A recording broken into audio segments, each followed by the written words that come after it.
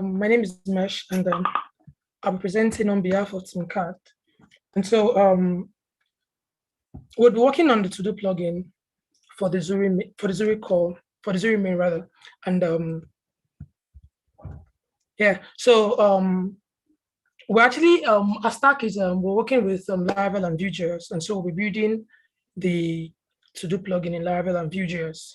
So very quickly, I'll just run you through the features of the plugin. So the plugin is going to have task creation feature where you could create tasks and then schedule the tasks, set it recurring tasks and all. We could filter our task list, we could categorize the tasks, and we could also delegate the tasks and then view our tasks in a calendar. And so I'll just run through the system architecture real quickly. And so the way we emphasize the app is going to be such that we're working on it's more like a view controller in the MVC design pattern. And so we're working on the view and on the controller. And then while the model would come from the Zuri call. And so everything that has to do with data and then sending of data and all that would come from the Zuri call. And so all we're just building is the view and the controller. And so the view and the controller will be rendered inside the Zuri main. A container will be provided, and then we'll just render our Vue.js application inside that container. And then our application begins to communicate with the Zuri main based on the APIs that are provided by the Zuri call. And so that's just basically what our application would do. So our to-do application would basically just create application. So if I want to create a to-do, for instance, I just call the create to-do endpoint that hits the Zuri main, and then it automatically creates the to-do for me. And then also, if I want to fetch, I'll just call it's the get endpoint, and I can get all my tasks. And so the Zuri call would help us handle everything that has to do with data. And because we'd also be, having reminders, would want to set a cron job, have a scheduler running. And so we believe that the Zuri code actually have all those provided, although it's going to be written in Go. And then, but I think they should have all those provided for us, even when we have to use mail services, because obviously some of our users might want their email reminders and all that. And so we believe that all this will be provided by the Zuri core, and then we'll just consume all this inside our application. And so we're just focusing on the view and the controller, while everything that has to do with the model and other external services will be provided by the Zuri core. And that's just how we emphasize the application. And that's the summary of our architecture. So we're just building the view and the controller. The view will be built with Vue.js. The controller will be built with Laravel. And so we already have a design ready. I'll just share this part of my screen here. So we have our database schema ready. And so what happens to our database schema is very simple. We went through the feature list, and then we decided to represent the data in this way. And so if you look at my schema, you see that we have a task. We have a task right here, and the task has a description, it has a title, and then also has a status ID. Now, the status ID fetches status from the status table, which is here. And then that's because we felt like our task would have different status: ongoing, completed, pending, and the likes. We also have the end date, the start dates. Now, we also had a feature that required that we could have subtags. So under a parent tags, we could have a subtags. And so we added a parent ID to our design, a database design. And so we also have a workspace. Now, the workspace was built such that we wanted a situation whereby when a user is working, I can easily add some other persons to join me on the task. And so we came up with this workspace idea, right? And so what happens is, as on creating the tasks, a workspace is created for me. And then I could also easily add other users to my workspace. So we have a many-to-many relationship with the workspace user, while the workspace user is related to the main user table on the Zuri core here.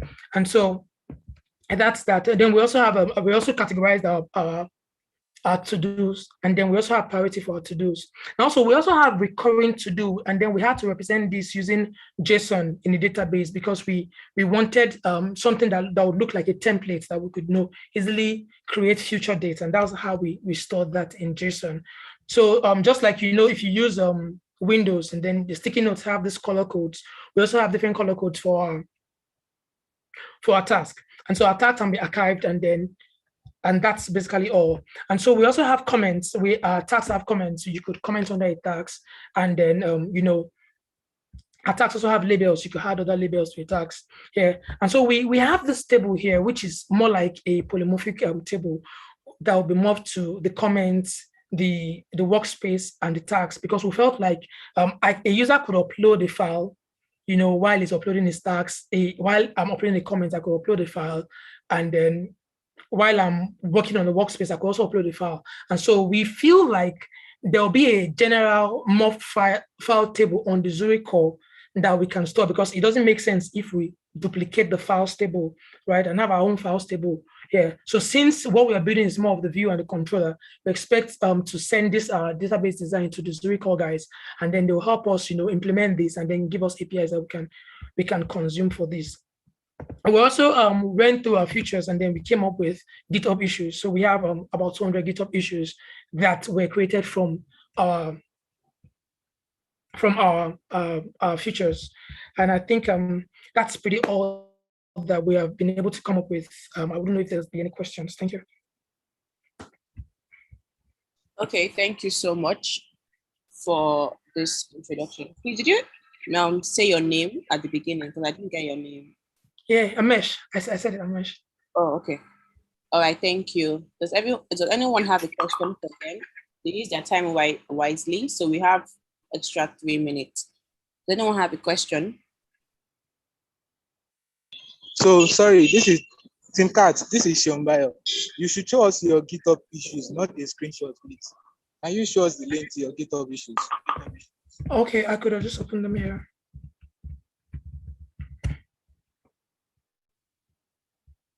Yeah, so here are issues. All right, okay, thank you. Yep. Does anyone else have a question? So we can take it. And is Team Aristotle getting ready? Nobody has a question for them. They are all good to go. Okay, thank you very much, Tim Kant, for this beautiful presentation. You can stop sharing. Okay, thank you. Team Aristotle, are you here? Yes, we are. Okay, are you ready to go? Yes, I am. All right, now start sharing your screen. Thank you. Please introduce yourself also. All right. Sorry, a moment.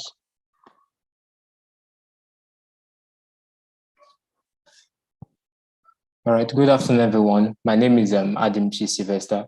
I'll be representing Team Aristotle, and we are here to present what we have gone so far on the Zurich Charts app as regards the external pages and search. So the external pages are supplementary pages that contain useful information aside from the application itself.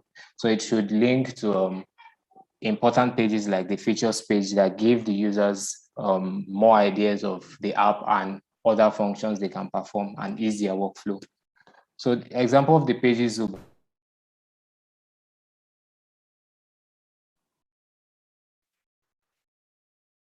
Yeah, sorry, I was muted. Example of the pages we'll be working with are the FAQ pages, the blog page, our app landing page, and the sign-in workspace. Sorry, this isn't. So moving on to search. Search is a key function on the Zurich Chat main. It would be located on the top nav bar of our application, and it should help the users access important features like the channel list, teammates, and messages when they search. So we worked together on user stories as a team, and we employed user stories to generate users' needs and come up with ideas that will fit those needs adequately. So in our process, we used the general structure of who our users are, what they need to do, and why they need to do these tasks. So we collaborated using Notion, and everybody contributed. We can't see the total list here, but we had about 123 user stories here on Notion. So we proceeded to use these user stories to develop user flows, simplified user flows. Permit me to show this, yes. So we collaborated on FigJam to show simplified form of our user flows of how users will transition between these pages.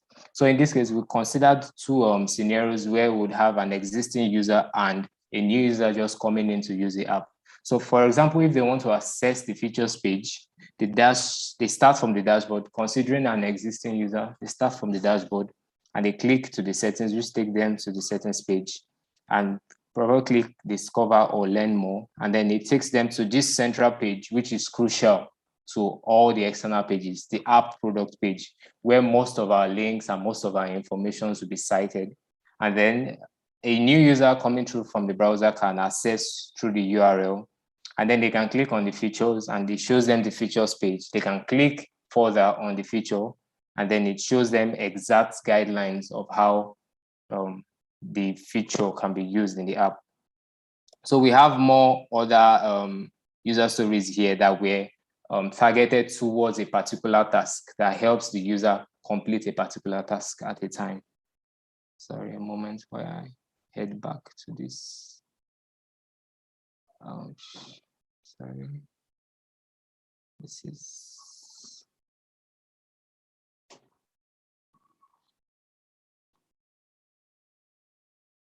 Oh, this is distracting.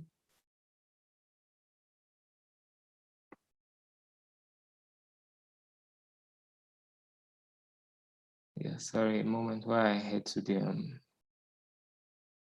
file itself. So from our pages, we were able to come up with the designer started iterating and we created some of these pages and we designed some of them and put them out for them to be implemented. So we created issues on the GitHub. We had about 138 issues here. And then we're able to close about 3 of these issues, while 2 are still being reviewed and would finalize on the rest. Then after that, so this is our team repo, which we made a screenshot and we wanted to display on site. Moving on to the architecture, although this is a complete overview of how our app would look like and how information will flow in between, but I want to make emphasis on our search. Now the search will interact with the Zuri core to get data. So we'll have to study the Zuri core and how they store the data or the ID tags for this data, probably the channels, the teammates name. So it consumes the API through our backend. Also for pages like blog posts, we'll be working with dynamic posts that can be updated as we move on. So this is a whole summary of how the projects would work. And that's all. Thank you for listening. We don't know if we have questions. Be open to entertain any questions. Thank you. Okay, thank you. Does anybody have any question or comment actually? Okay, since nobody, I'm going to say my comment. So I feel like you went too fast. I don't know if it's only me, but it seems like you just rushed through the presentation. Does anybody have any other questions or comments?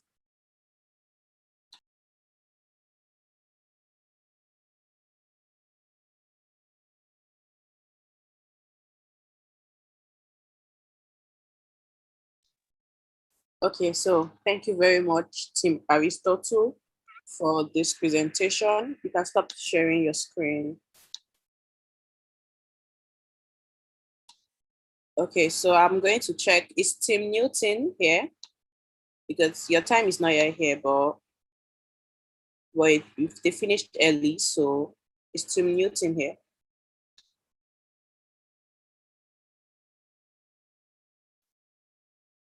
Team Newton, are you here? Oh yeah, yes, I'm here. Good afternoon. Good afternoon. You want to start now? Yeah, sure. Yes, I'll just start now.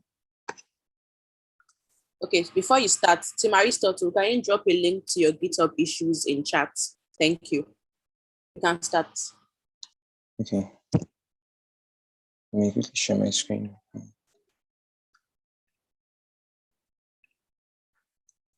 Okay.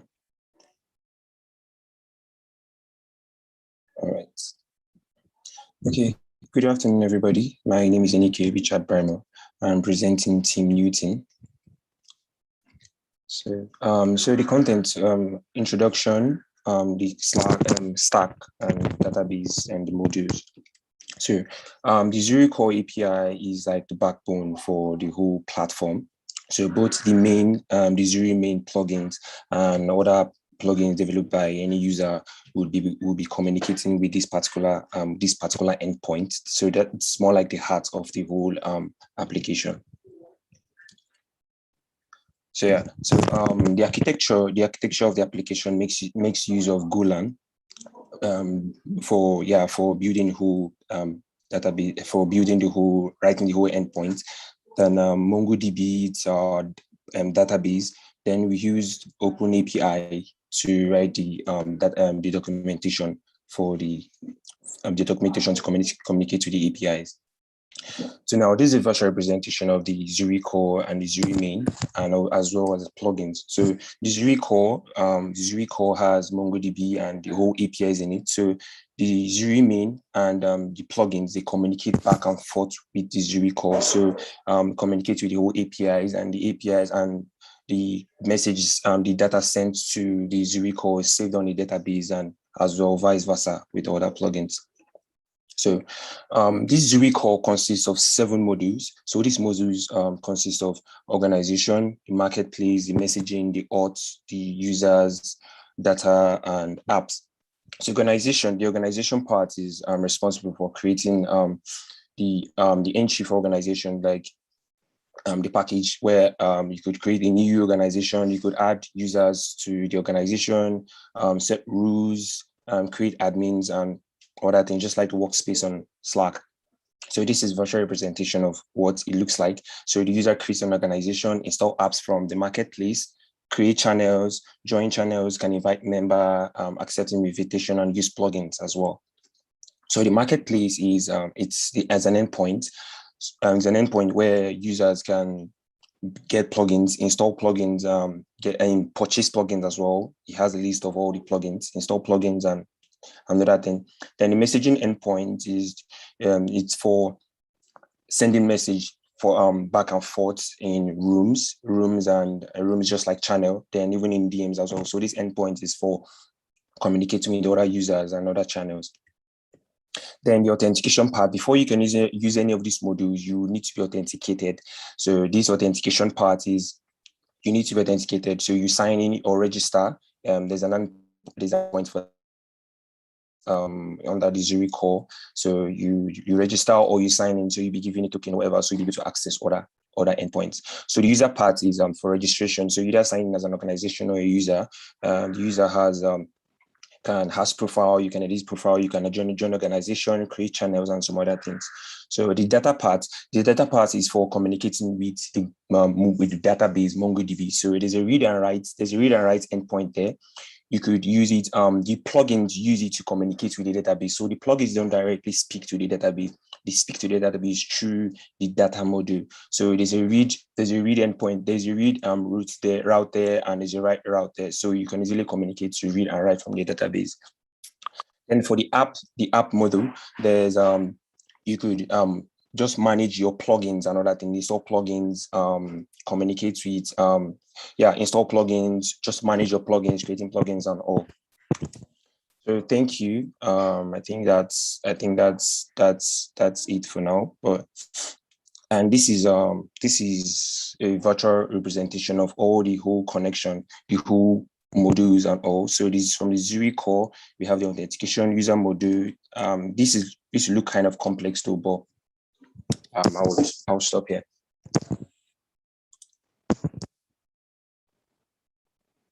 Thank you. Thank you. Does anybody have a question for them or a comment?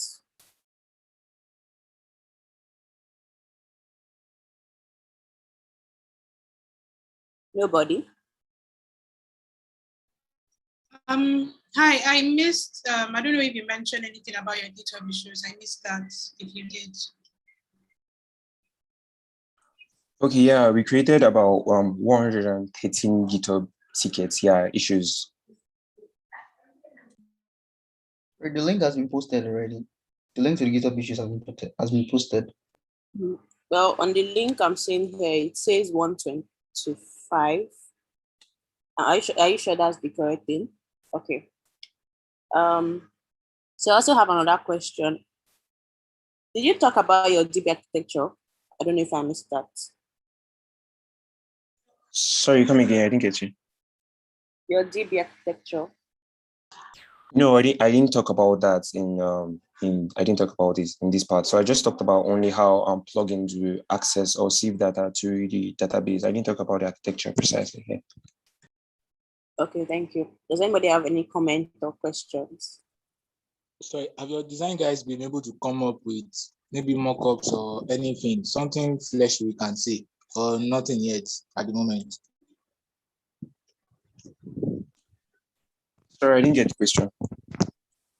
Have your design guys been able to come up with a little design we can see, or nothing yet at the moment? Yeah, there's a design for the user flow and architecture of the application. Let me quickly share my screen again.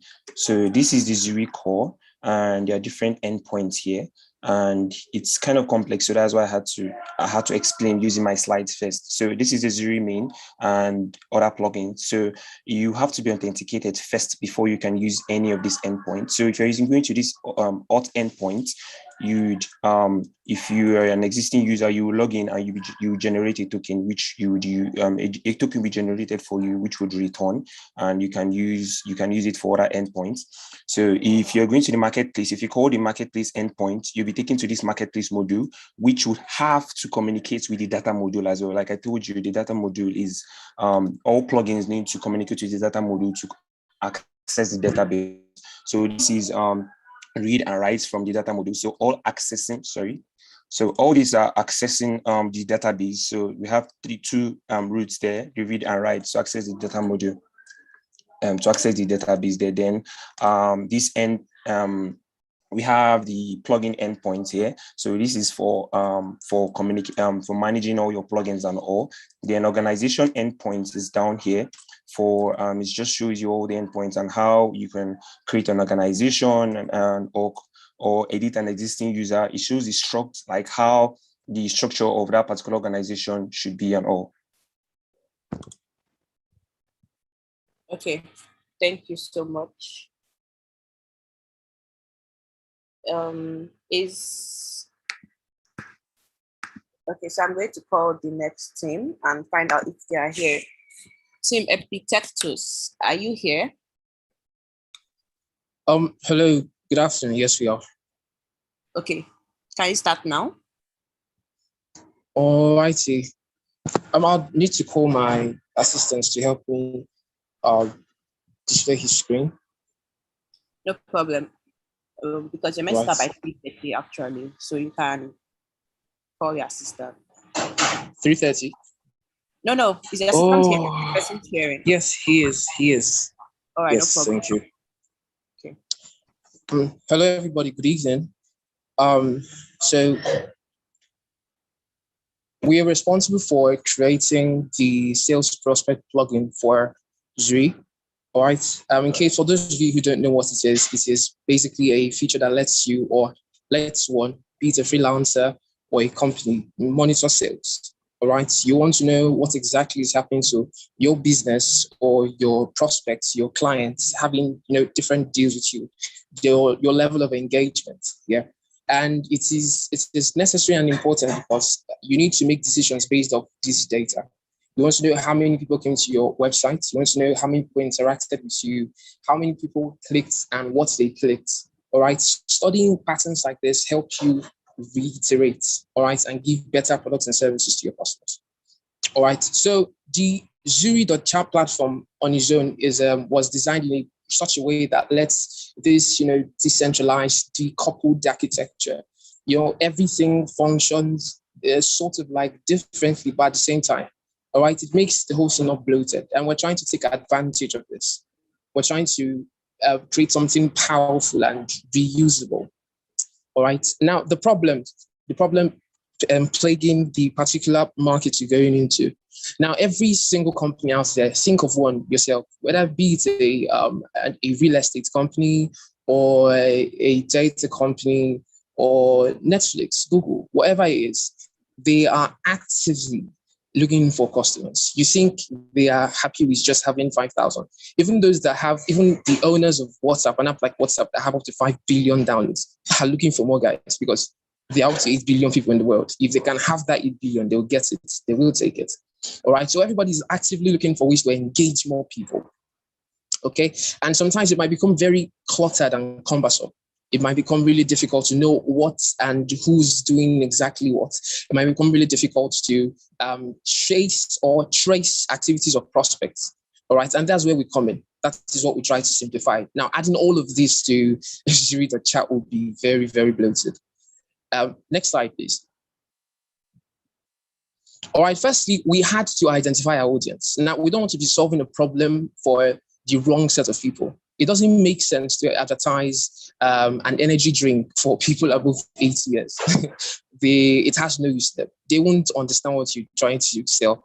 But on the other hand, if you were to sell that to a 24-year-old, a 30-year-old, they go for parties, they have really long days. Sometimes they might need this, really quick energy burst. All right. So we made sure we identified people we are serving, the people we are trying to solve their problems. All right. And we came to discover that, okay, we have companies, we have freelancers. As a freelancer working on Fiverr or Upwork, for those of us who have accounts there, you sometimes might be overwhelmed. You can have more than one gig at a time. And sometimes might be overwhelmed, or you might not know how to put together all of your prospects. This person said, okay, can you chat to me tomorrow? I would have come to my conclusion then. Or this person says, I don't really like your pricing. What do you do about it? But you can't really keep track of everything. This is for you. All right, next slide, please. Now, we gave two examples. We have a much bigger and detailed copy of this on a Google document. We'll be sharing that on the in-app call, and also somebody else, one of our own, will be sharing it on the YouTube comment section. So you can always go there and check it for yourself. It has a view-only access rather. Okay, but we gave two basic examples now. Now, David here is the CEO of a really huge company, and sometimes stuff slips from his hands. He doesn't know everything about the company. A Fortune 500 company boasts of a really huge teams, robust workflows, and all of that. And sometimes it might get really, really difficult and impractical to keep track of everything. You might want to increase collaboration and stuff like that, but it's impossible. And if you want to attain this on a normal day on your own, you would have to integrate so many apps. That's why you see companies using Microsoft Excel. You see companies using various 2 or 3 apps together with each other to attain or achieve one goal, the same goal we're trying to solve. Next slide, please. Or it could be Christine, who's a sales manager. All right, she has this huge team of over 100 people. She has people who are really talented on the team, and she has the beginners. She doesn't want to give a really life-changing deal, a $200 million deal to somebody who just resumed work yesterday. And she can't have all of their names in her head. She can't have all of their portfolios in her head. So she needs a way to, automate every single thing, to make it seamless, to make people do what they should do in the right way. Next slide, please. Now, we identified the pain points because it is one thing to think you know the problem you're solving, and it's one thing to actually go into the field and do research for yourself. It will shock you how different or how much variation there is or there lies in what you assume about people, even the people you think you know, even yourself. It would shock you the difference between what you think you know and what actually is. All right. So we identified their pain points by going into different fields. We made various kind of calls this week. I had my product guys calling people from different companies, including Flutterwave, Cowrywise. We have different people over there. And, they told us what their typical workflow looks like, their marketing and sales teams. All right. They told us what their typical workflow looks like. They told us the problems they encountered, the problems they still encounter, even with the present solutions that they have. All right. And we came to the realization that we are trying to come up with a hybrid CRM. Now, for those of you who don't know what a CRM is, it is customer relationship management. It means customer relationship management. So you want a platform that is light, but has all the functionalities that helps you monitor every single thing about all your customers. It seems impossible, right? But it isn't. So what was our solution? We thought to ourselves, we thought aloud actually. We had a lot of brainstorming sessions and we said, okay, if we can come up with something that, kills 3, 4, 5, 6, 10, 20 birds with one stone, automate every single thing that can be automated. What if you have a particular message or a particular email to send to somebody, a particular, client or customer? Maybe somebody replies to your email within the space of 2 hours and you say, wow, this is a really interested customer. I'd like to follow up. And you have a customer base of, say, 5,000. You don't want to go through 5,000 emails. That's impossible. You just go straight to your flow chart and your user. Yes, please. Now, please, we have our flow chart due to lack of, due to want for organization. We put everything in one link. All right. We have a link to our use cases. It is a Google Doc, and then we have a link to our Atlassian file. They all will be shared. The Atlassian file contains our user stories. So you can always feel free to check it out. Now, our flow charts. Can you help me navigate to our Figma? We also have a link to the Figma, please, just in case you want to check it out anytime.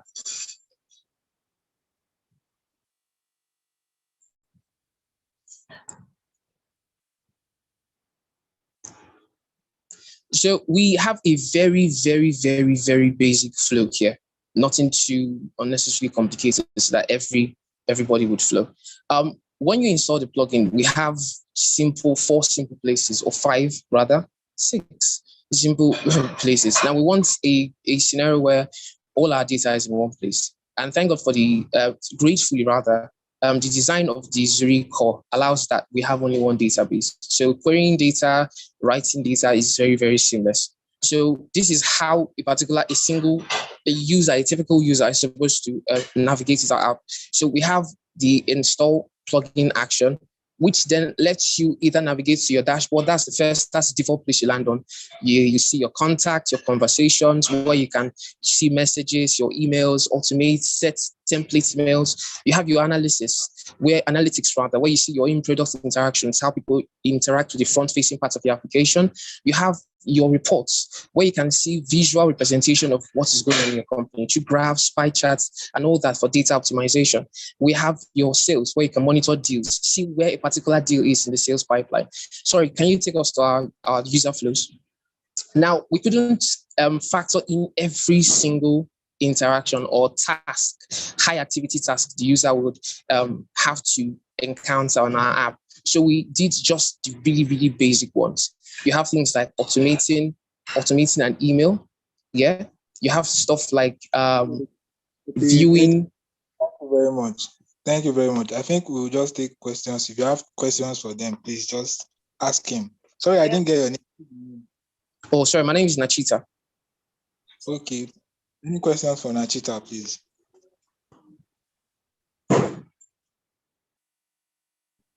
Okay, so thank you very much.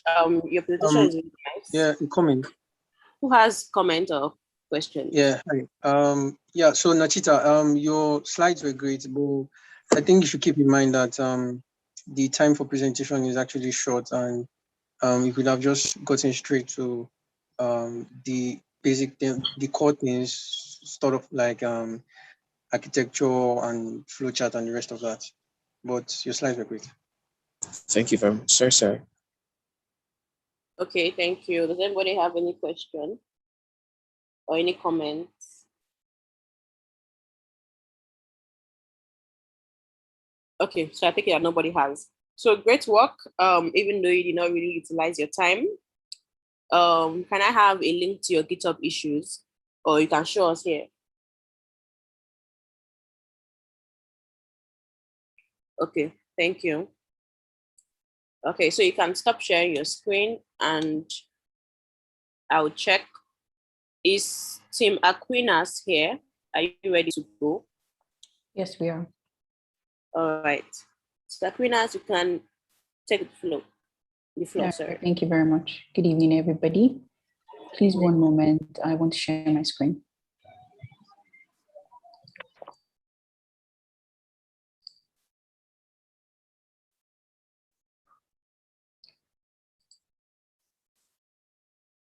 Okay.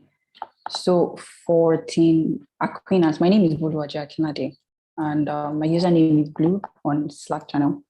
And I am the team lead for Team Aquinas, and our task is to create the notice board plugin. So our problem statement, so the problem we are trying to solve is having a separate app or plugin where notifications specifically will be sent so that people do not get to miss notifications in the pool of messages in the general channel. So our point of view is Mark, who is a 48-year-old HR manager who loves being committed, dedicated, and excellent in achieving his goals.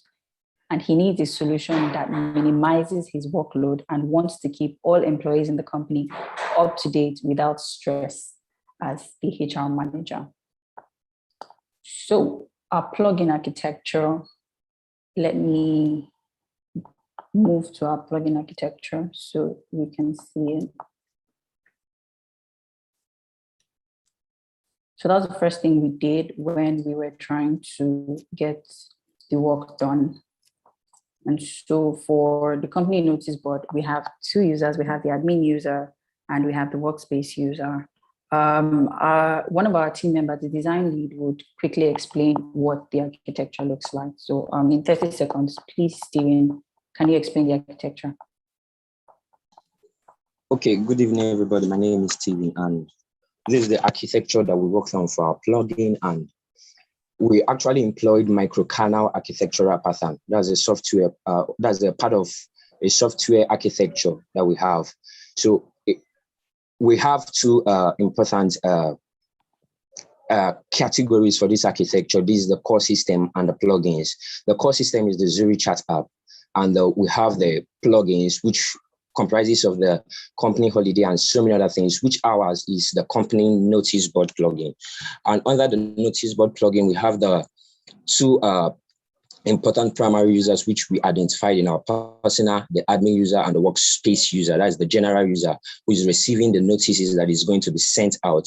So the flow was just actually made to identify how these things affect the core system of the app that we're working on, which is the Zuri chat app.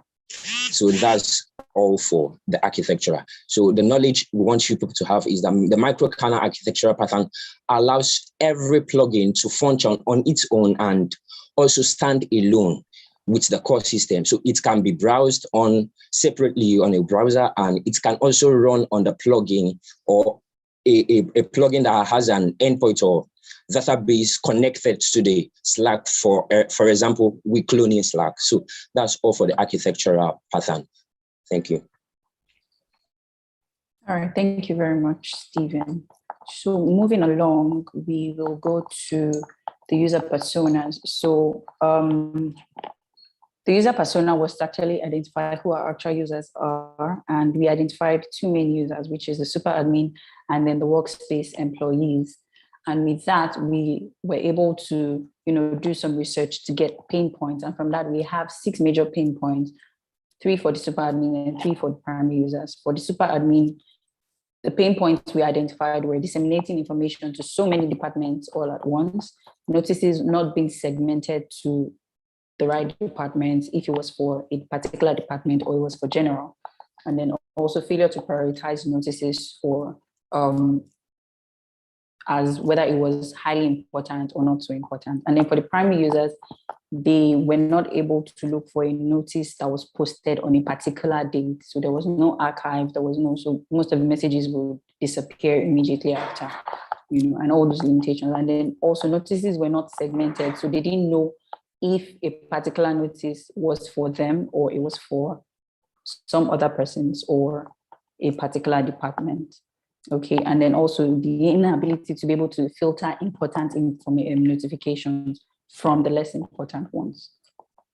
And with that, we we're able to table out our pain points, and we have a live section to ideate possible solutions for each of the pain points. And these were the feasible solutions we're able to get. For primary users, we're able to view the notices uploaded by different authorities or different admin users, and also get regularly notified whenever there is a notice that comes on the chat. Then for the admin, they were able, the ability to easily update employees on notifications that they need to get, either as important or less important, and then also schedule notices for a future date and assign HR personnel to update employees on notices. And then the user flow. After the ideation process, we took off with creating the user flow for the plugin. I'll share that shortly. And then we have the user journey. The user journey is just to show how the user is able to, go from one stage to the other, just like the architecture has proven. And we have the one for the super admin and also for the primary users.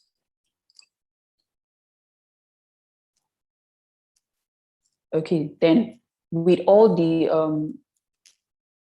so while we were doing all of this, we're able to create user stories, we're able to talk to people and, get different stories, what they would like to see on the notice board. And as at the time we're creating our presentation, we had 180 issues created, but right now we have over 200 created on the GitHub channel. And all tasks that were to be carried out by the front end, the back end, and the DevOps team were identified. Okay, so that's it for that. Let me share the user flow. So this is what the user flow looks like. You open the app, you see the home page, you see notification, then you see the search. You should be able to search for whatever notification you want to search for. Then you should be able to see updates as they come in. You have the thread, you have the channel, you have notice board, and then you have direct message. Under notice board, you have subcategories, you have general notices, you have department notices, and then under each one, you have notice pages. You can bookmark a notification when it comes in. You can make comments, you can share or tag necessary people, and then you can exit the board. And this is our GitHub issue. We have 206 open and we have 4 closed. Thank you very much. Questions, please. Yes, thank you very much. I didn't get your name, so what's the name, please? My name is Boluwaji. Oh, Boluwaji, do your designers have like a pre-mock-up or design you want us to check out? Or there's nothing? Do you guys have a design that you pre-done, or there's nothing yet to check out? We've not done that yet. That's actually where we are right now. So we're mapping out how we want the design to go. Oh, okay. Anybody with any other comments or? Okay, sorry, I didn't see the GitHub issues. Sorry. Can you send me a link to it, or you can show me? Sure. All right, thank you so much. All right, does anyone have any other question or comments? Nobody? Well, okay. Thank you very much, Team Aquinas. Thank you very much. Yes, and I'll move over to Team Coelho. Team Coelho, are you here? Hi, yes, we're here. All right. Okay, you can take the floor. Thank you. Just for prior preparation, I've shared the GitHub link. So hi everyone, my name is Kevin. I'm representing Team Coelho. I'm the deputy lead, also the UI UX design lead. So our project was mainly focused on the channels. So I'll share my screen now.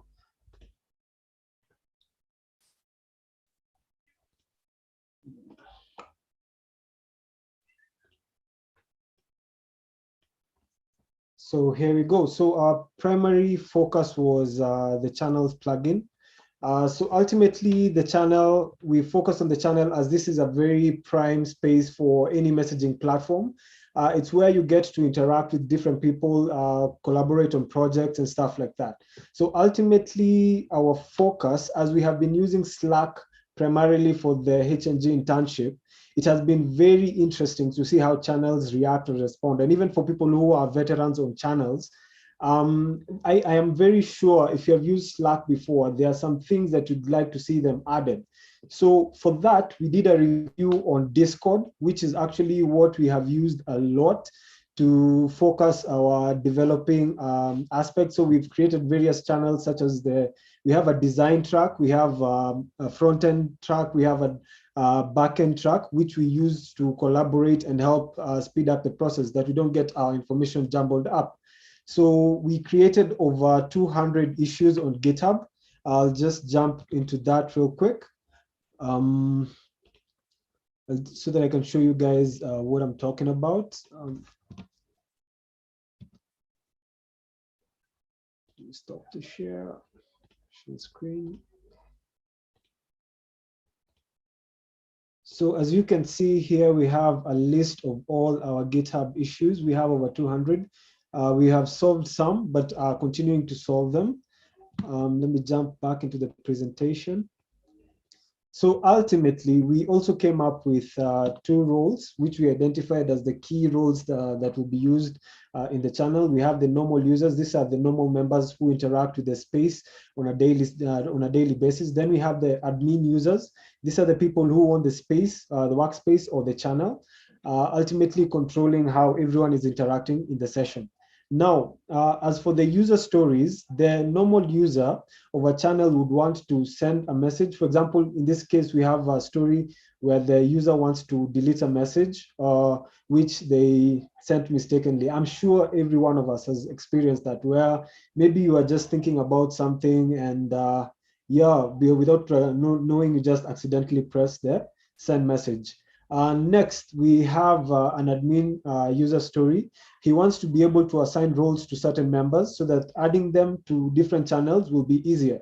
Now, this is directly influenced by the fact that for many people in the HNG internship have been added to various channels.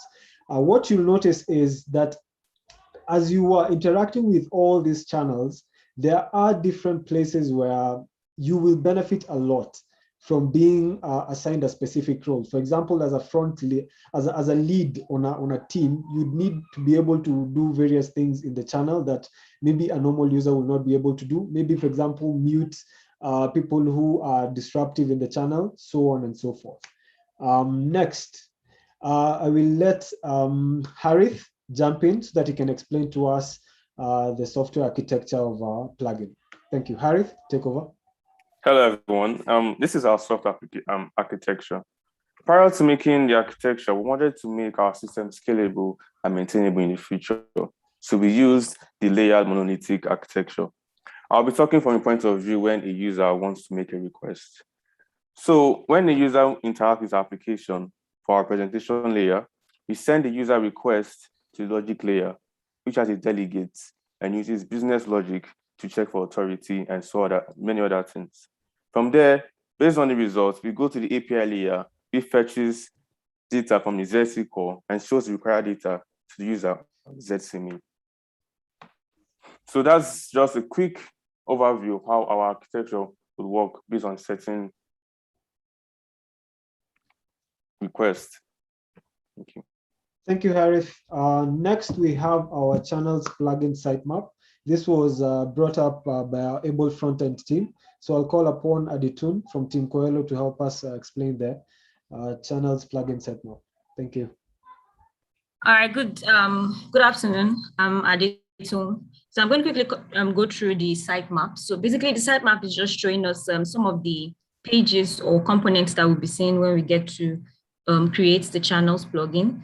So basically we have the channels. We can have either private or public channels, and we can be able to do basic, some of the basic features that we can do on each of these channels.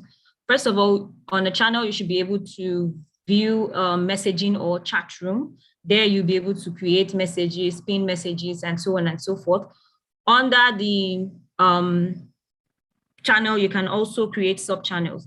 So the ideas of these sub-channels is because we had a problem when we were working with the Slack. We noticed that we couldn't group ourselves into different channels, which was one of the major issues we faced. So we brought that into seeing that since we had something like that in Discord, so we were thinking of bringing something like that into our own plugin. So sub channels, we'll be able to add and remove members. We'll be able to do a chat room in those sub channels and also set channel settings for those sub channels.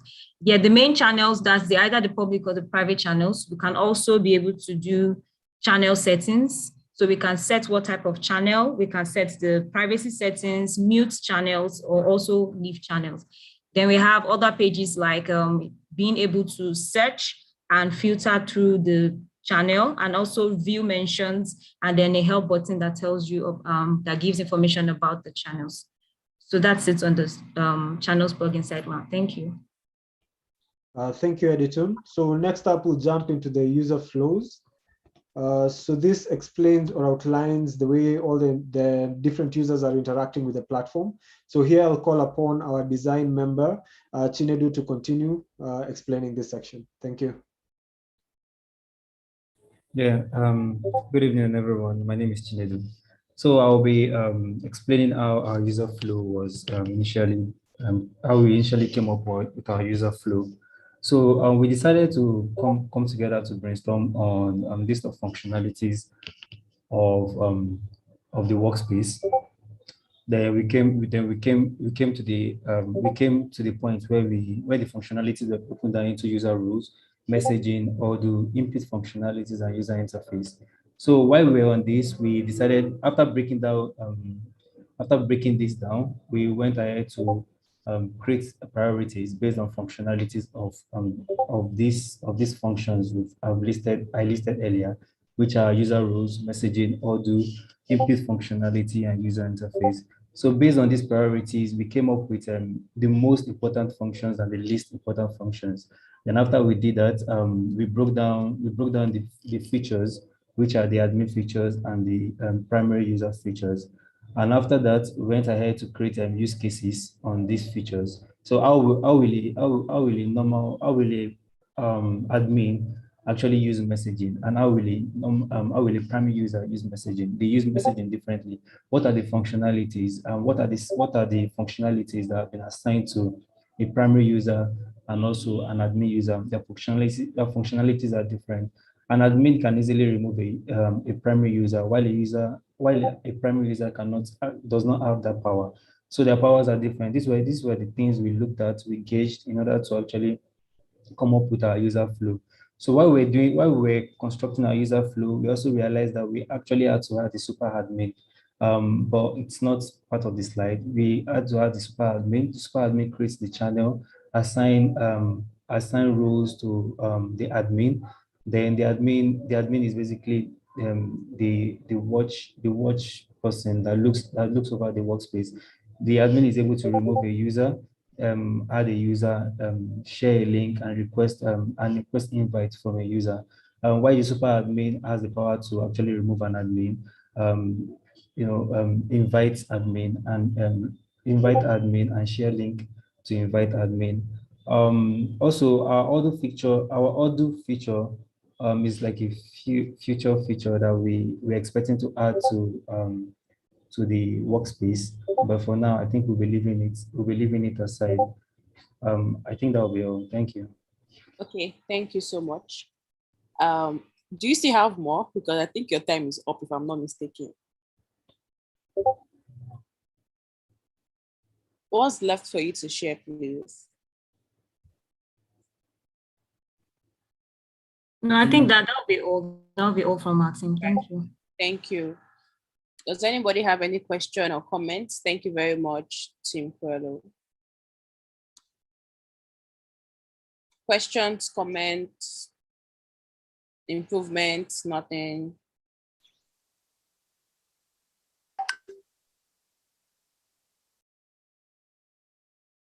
Okay, so Abby, do you want to say something? Yeah, just general info for everyone. Like at the point of presenting, just submit or send in your the link to your GitHub repository in the chat so that we won't need to go back and forth on that. Okay, thank you. I'm going to go over to the next team. Team Pythagoras, are you here? Yeah, I am. Good evening. Do you want to start now? We're 6 minutes early. Yeah. All right, so you can share your screen. I can start now.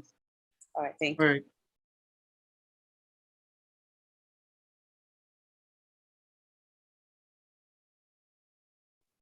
Okay.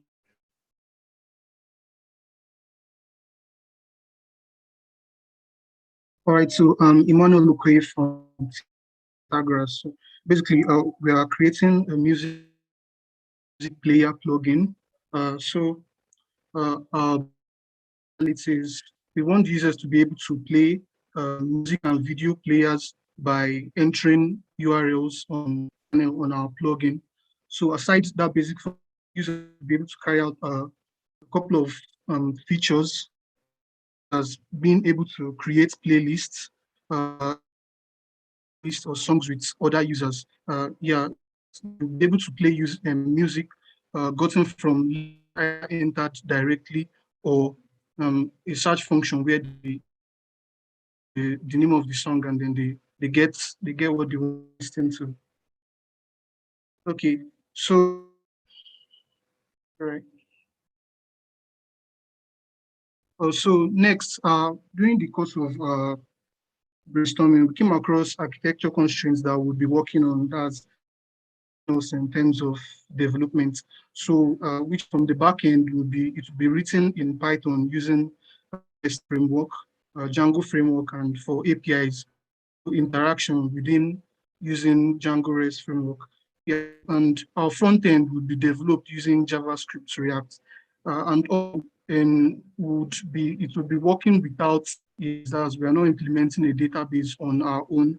So whatever interactions or whatever data we need to send and retrieve will be gotten equal.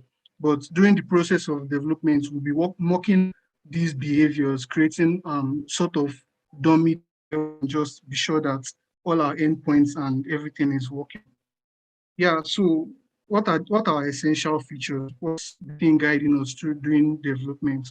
We want users to play media files from YouTube links. We want to be able to have a playlist where all users can contribute to.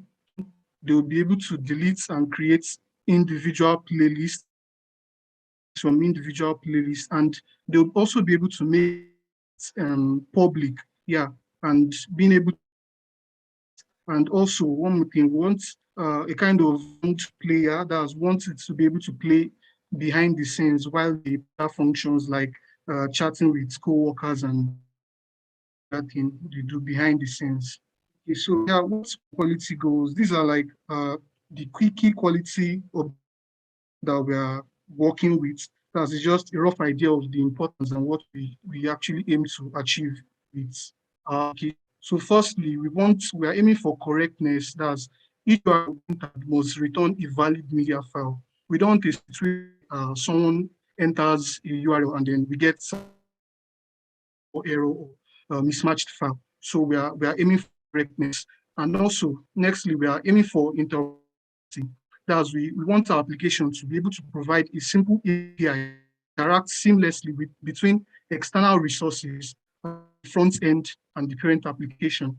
External resources being or media we're using to get this media.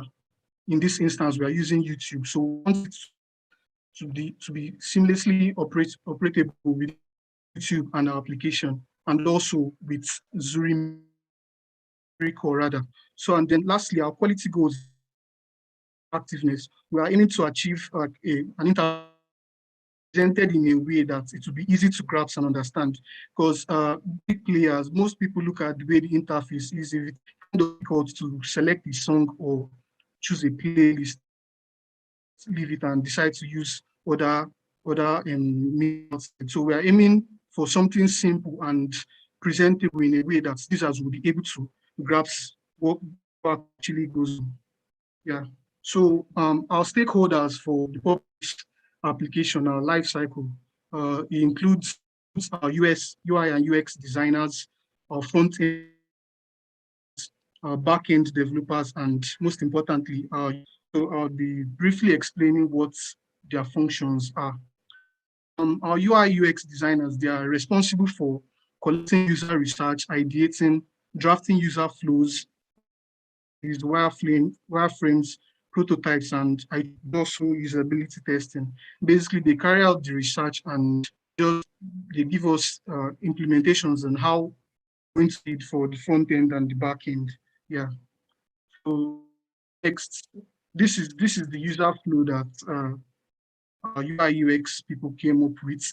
Basically, we just opening the Zuri chart and then moving to the music. So the highlighted items on green are core functionalities. That's the main thing we are working on. We want people to be able to receive notification on the current song or on current states of the songs they are playing. We want a search bar where they will be put in a song or a URL and direct information. Yeah, and also we have a playlist feature, both public and private, and want people to be able to choose new music, trending music, or recommended songs, and also know what others are listening to, depending on to share. That's make their playlist private, public. Yeah, so this is what the UI UX came about, and so we had with architecture and designers. Also, the second part in our stakeholders, they translate our UI design into a web app. Yeah, so they make the web app interactive and make it mobile responsive, and also to integrate several local states on the plugin application. So we want everything to be. We want the media player that's in a current room. We want it to be in sync, no matter and if you exit the plugin, the application, and return back, we want you would be able to return back to where you were previously.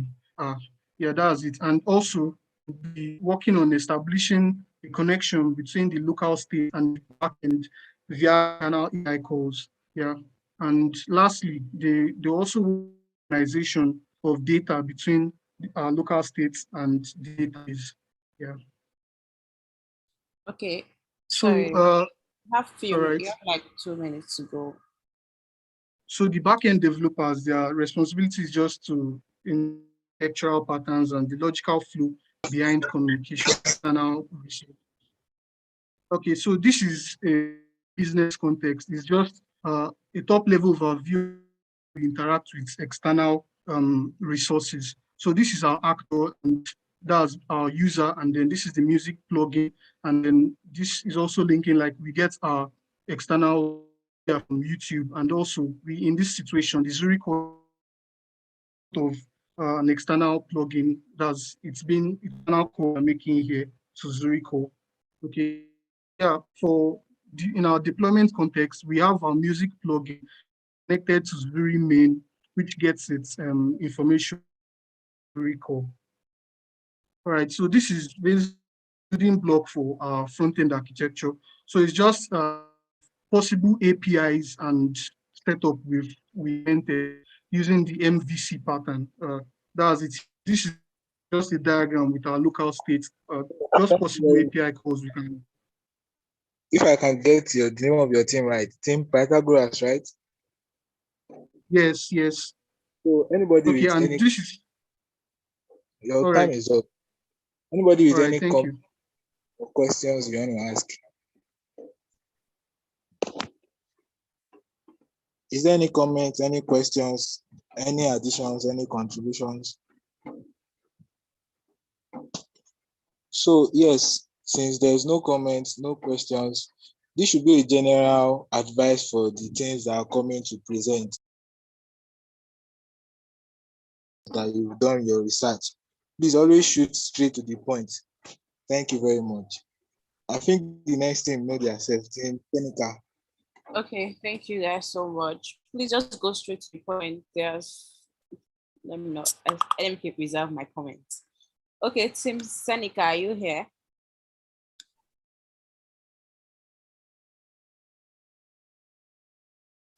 Team Seneca? Or are you waiting for 4:10 to begin? Can you hear me? I can hear you, but kind of breaking. Can you speak again? Hello. Yeah, hi. Thank you Are very you much. from Team Let me show you. Seneca?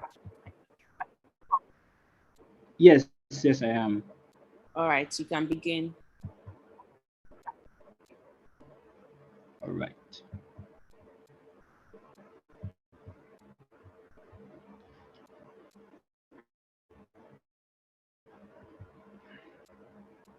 All right. So give me a minute.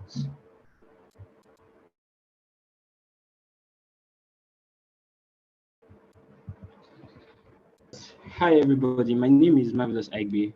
I'm representing Team Seneca to present a whiteboard plugin. Okay.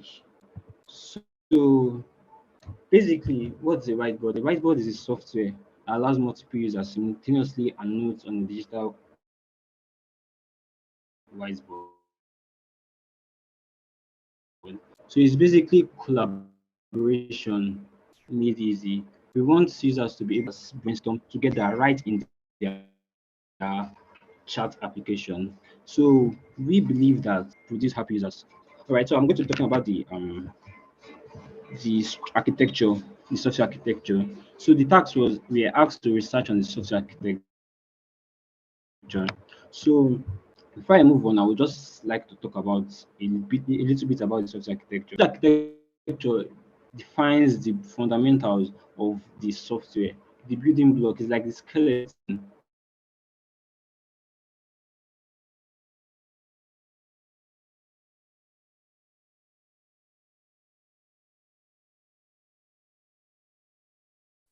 Sorry, is anyone speaking? Software I think arranged. network. Sorry, can you hear me? Yes, I can hear Hello? you. Can continue. Continue, please. All right, thank you. So, a layered architecture is an architectural design pattern where the different layers of the software are arranged in a horizontal manner. They are stacked up. The advantage of some advantages of using this architectural pattern is number one, is very easy to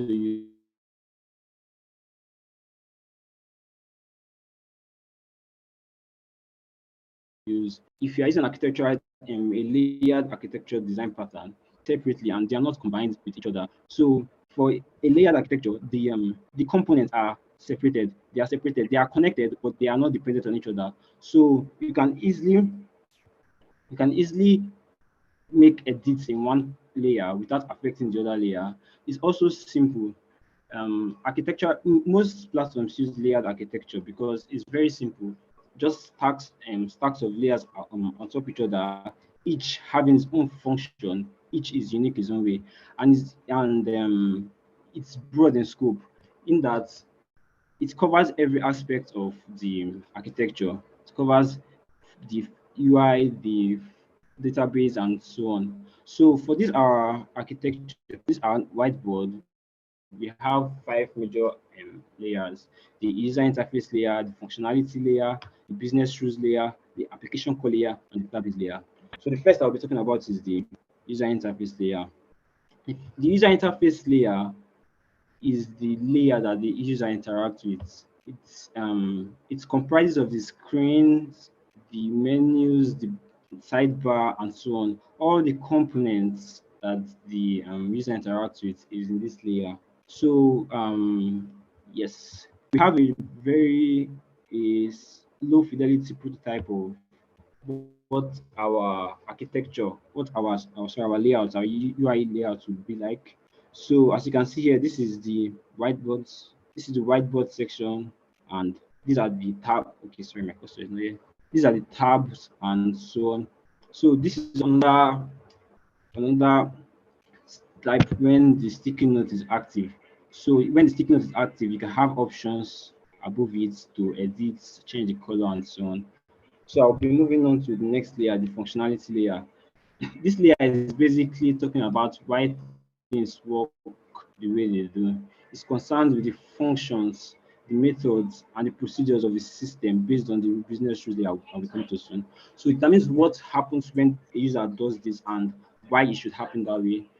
So yeah, the flow of this layer, it starts from the user input, where the user determines what he wants. For example, he wants to use a pen tool, then it moves on to the functionality. The functionality is, like I said before, what the how it works, then to the whiteboard, and then the expected behavior of the user's intent. So the whiteboard functionality can be broadly divided into three categories. We have the toolbar category, which comprises of the functions that the functions in Are the you serious? toolbar. I was just about to say that you should switch off your hotspot We as have the fast. collaboration Are you serious? function, which comprises of the functions that the user used to interact with other members in the workspace. And we have the interaction function, which the user used to interact with interact with the board itself. So if I can just share this, so we have a lot of functions here. They are all listed out here. This helped us in our user story. So because of time and time consideration, we have to just show it. So we have the sticky note, the pen tool, the eraser tool, the undo and redo, the zoom, the shape, the connection lines, the tool, and so on the toolbar. Then we have, for the collaboration, we have the share button, the comment tool, export tool, etc. Then on the interaction, we have the hand tool, the name and rename tool, the clear frame tool, and so on. So I'll be moving on to the next. Layer, which is the business layer. So the business layer defines constraints and rules that holds the whiteboard plugin together. With the business layer, it answers some questions that people are meant to ask. So why should this happen this way? What happens when I click the share button? What happens when I click the download button? What happens when I draw my pen on the canvas? What happens when I invite somebody? If you're not invited to the workspace, can you collaborate on that? So we have our business our business logic here. We have a lot of them, but because of time again, they were not added to the slide. So each business logic can be found here. All right. So moving on to the next layer, the application logic layer. So this layer talks about the code structure, the tools and the setup. How do we want the application to be programmed? What are we using to build the application? What tools do we need, and so on. So for this application, we decided to we are going to be using React.js for the front end because it is actually one of the best front end frameworks out there, and it is Thank you very much. It's good for real-time activities. Then Node.js. Sorry, Your network is very bad, I think. Okay. Well, thank you. You have overspent. We have the Node.js, the socket.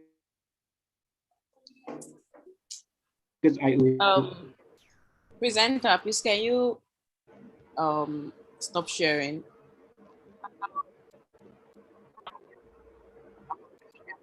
Okay. Okay. For the presenter from Team Seneca, I like the fact that you have just schooled us about layer and architecture. I would have liked to drag us more. But I just wanted to confirm, how did you guys come about the concept of using layered architecture? Why not others?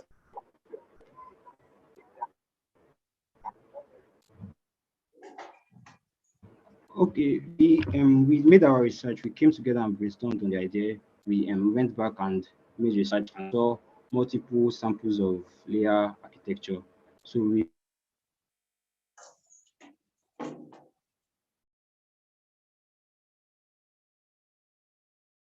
Is any other person from Team Seneca here? Because I think his network is bad and because I'm just losing points. Can someone help him out?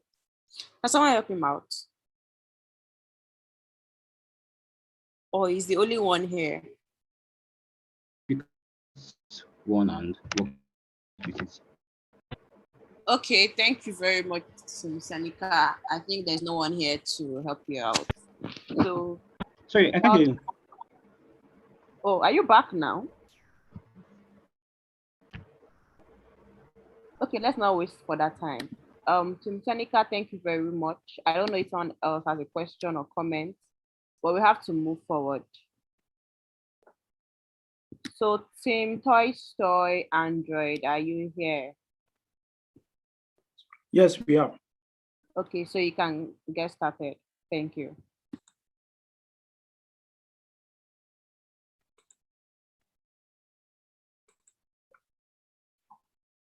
I see my screen. Yes, we can. Okay. So good afternoon, everyone. My name is Amit, and I will be presenting on behalf of the Android team for Team Tolstoy.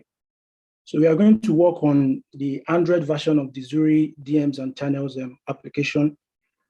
The Zuri DMs and Channels application is a light and faster version of the Zuri chat, which is built only for messaging in DMs and channels. So the reason why we are building this app is because we want it to be a faster, a more efficient way to access DMs and channels on the Zuri chat platform. So with Zuri DMs, you can send DMs to your contacts, you can create channels, you can start conversations and channels, coupled with plenty other features. So with this presentation, we are going to be talking about the app architecture and as well as the process flow diagram. So the type of architecture we are going to be using for the implementation of the application is the MVVM architecture. So the MVVM architecture is a type of Android framework architecture that is known as the model, view, and view model architecture. So why are we using this architecture? It is because it gives us the ability to modularize the components that makes up the application. The UI components are kept away from the business logic. The business logic of the app is kept away from all the database operations. So, and with this, with being able to separate all these components, we are able to durably maintain the lifecycle state of the app. So this is the brief overview of how the architecture or the layers of the architecture. We have the presentation layer, we have the business layer, and we have the infrastructure layer. So the presentation layer is more or less like the activity and fragment. It is what the user interacts with. It is what takes data from the user. It is what displays data to the user. It basically receives data from the user and displays data to the user. That's just what the presentation layer is all about. So the business layer has two components. We have the view model and we have the repository. The view model holds the business logic of the whole application. It deals with the handling of data, operating on data. So it is what takes the data from the user and perform its logic on it. It is also what takes data or observe data from all the data sources that we have, which can either be a remote data source or a local database. So the business layer also comprised of the repository. So the repository is more or less like the data manager. It is what manages the data for us. So we can, through the repository, you can send API requests to the a remote data source, or you can send queries to a local database as well.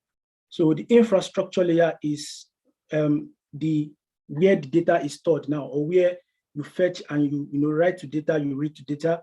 So we can have a remote data source. For this application, we are going to be using the Zuri core team. They are going to provide the API endpoints that we are going to consume for this application. We also have a local database, which is more or less like the storage on the device that the application is going to be installed. So it's just to keep tiny bits of data and not the larger data.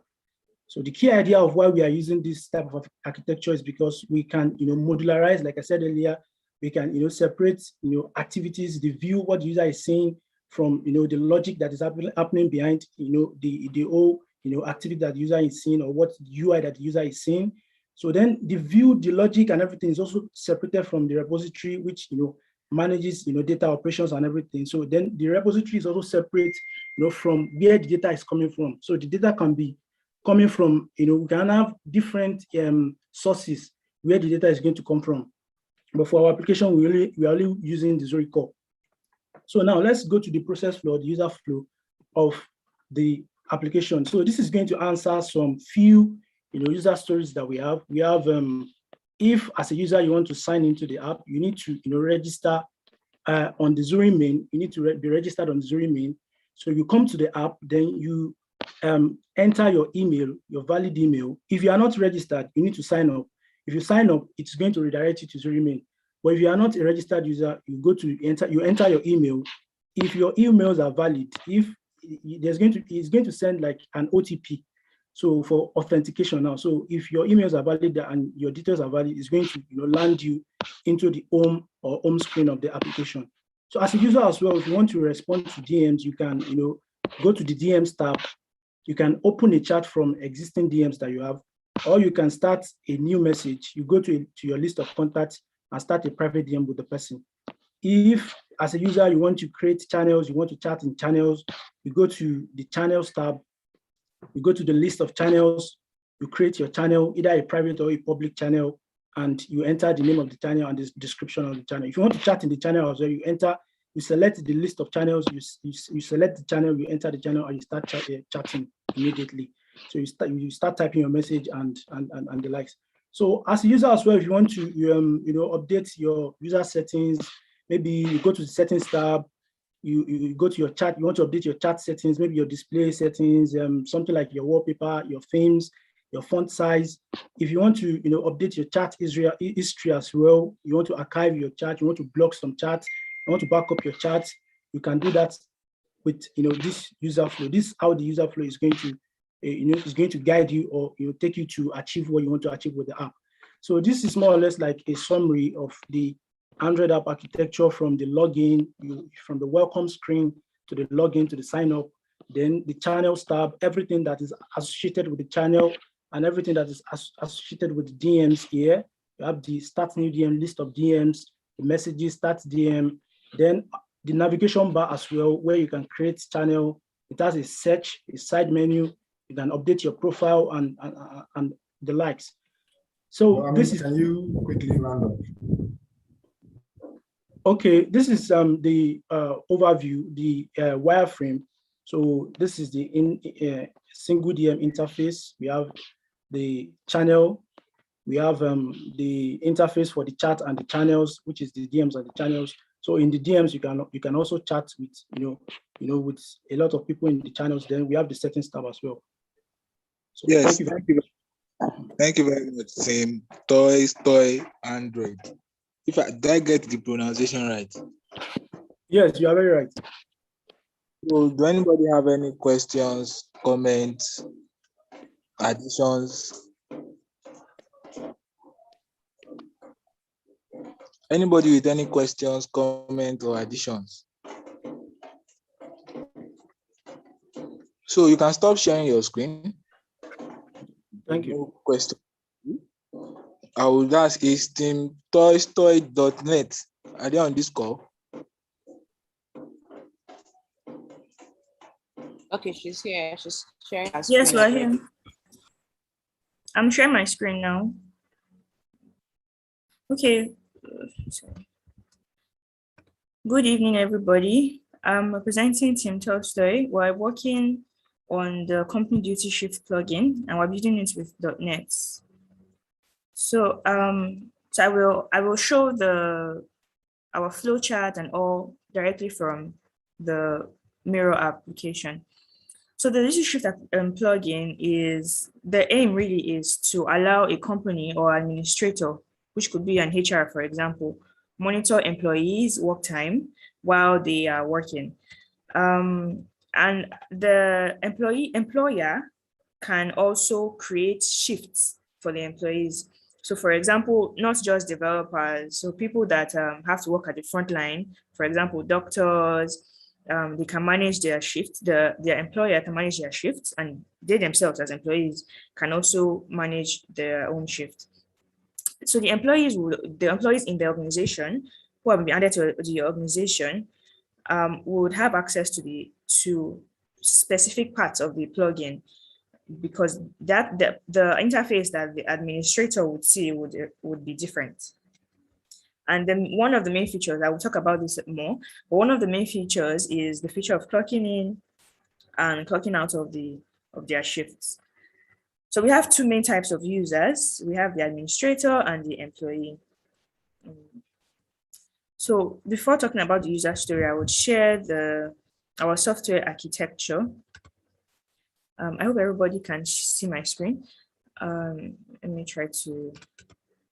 Okay, so we first have, sorry?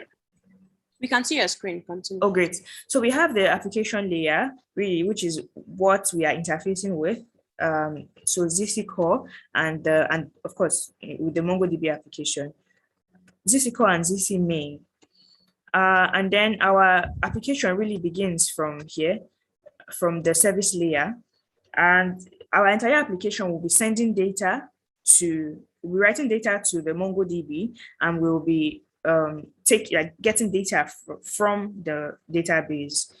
And then also we have the data layer, which the three main classes of data we would have are the employee data, then the shift data, which is the time zone, and then the task data. So the particular tasks that the employees are assigned would be in this task data set. And then the data access layer would be accessing it through using entity framework call. Since we're using C# and MongoDB interface can work together using entity framework call. And then for our business layer, we have the shift creation and processing. That is the duties that have been assigned. The user and the administrator task scheduling, because the administrator needs to be able to schedule tasks. The users also need to be able to pick up on scheduled tasks. And then also creation of tasks by the administrator, and employees should be able to apply for leave from the interface, and also shift scheduling itself. So task scheduling and then shift scheduling, different things, the time and the task in particular. And then also approval of those shifts for employees that pick up unscheduled tasks. And of course, we have our presentation layer, which is the React, we're going to build the React. So we intend to use .NET to build the API, and then the React application would consume the API. So of course, this is the layered architecture, really because it will help us to have separation of concerns, and we also would prefer to host everything on the same server. And then also a little breakdown. Well, I will not talk about this more, but just to explain why we have chosen this architecture is that, well, the main reason is that the ease of development. At least in initial stage, we need to build something first. So that is why development is the highest advantage for us, because it's a well-known pattern. And then the second most important is testability is really high, because since the contents are separated, we can easily test different features and the different layers, different features in each different layer. And then also followed by the scalability, which is medium. We intend to work around all of this scalability, performance, ease of deployment, which are not super high for this architecture, but we would do more research on how we can work around it. And then the agility is not super high because, of course, it's a monolithic application and it's going to be very, very big, very enormous. So continuation of the presentation. So we have some user stories which are on the application. But I can talk about them from here. So the major user stories we have is that the administrator should be able to create a schedule for the team and be able to assign shifts to individual team members. They should also be able to, each employee should be able to see shifts that have been assigned to them, and should be able to request for leave. Lastly, the administrator should be able to grant or decline team members' requests for leave. So for the information architecture, we have it here. Sorry. Okay, I shall try to.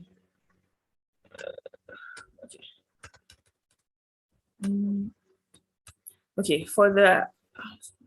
Sorry, this Zoom thing is blocking my way. Okay, so for the information architecture, the reason why we decided to just use the board is because when we exported, it looked terrible. So first of all, we have the work shifts part. So of course, it's true that we have the the shifts that the employee can pick, but it is the employer who would create it. So the employer, of course, employer and employee, both of them, different interfaces, different flows of information. The employer should be able to create the team schedule and select it. In the process of creating a team schedule, needs to be able to select the team, the particular team, because each group of people would be under different teams, and then also be able to schedule tasks, make requests, view all the requests, create new requests, and of course there's a settings bar where the employer can set things like time zone and a host of other things, which I will talk about later. And then also going down, the employer should be able to create new shifts, and going into more minute details, should be able to add the shift details, the shift activity, the exact things that the shift entails, and then assign the shift to a user, and of course share and save it. In creating an open shift, so maybe a shift that already exists, to update it, should be able to add more details and add the activity, like at what stage is this shift that has been created, or this task that has been created, task and the shift also, because the shift here refers to the amount of time spent, like 8 hourly or part time, that kind of thing. And then also should be able to create a new group, add users, change the view, which could be monthly or weekly. That's a view of the shift and the task, and also to share the schedule. For the employee should be able to view shifts assigned to them, to view his or her shifts, and then to specify the open shift, like the time he or she has available, of course, which the employer has more access to the backend, and then also view more details about the shift and the task also. And then also notification, should be able to view notifications. In notifications bar, should be able to see the Hi, request. Sophie. Thank you so much, but your time is up. Okay. I think that's really all I had to talk about. Thank you very much. Okay. Hello. Yes, I can hear you. Sorry, who's talking? Okay. This is I'm sorry, I can't hear you. Hello. Yeah, I said Yes. Kelechi Care, the person that just recovered.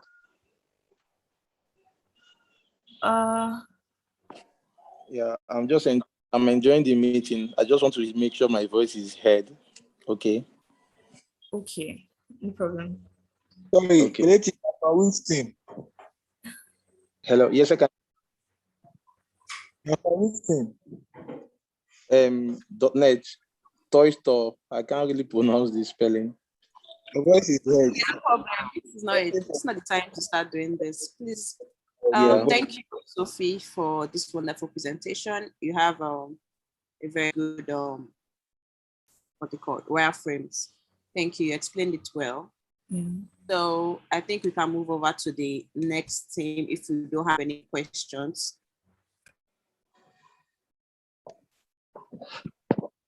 Okay, so the next team, are you here, Team Einstein? Yes, we're here. Okay. You can start. Okay. Can you hear me? Okay. Can you hear me? Okay.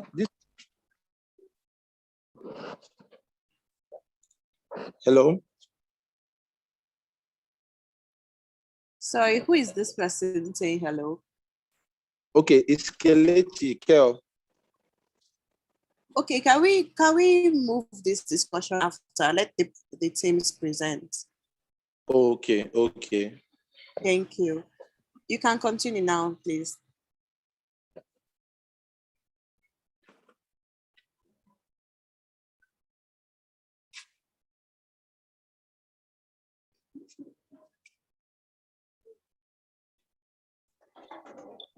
Sorry, I can't seem to hear anything, and I don't know. Can you start, please?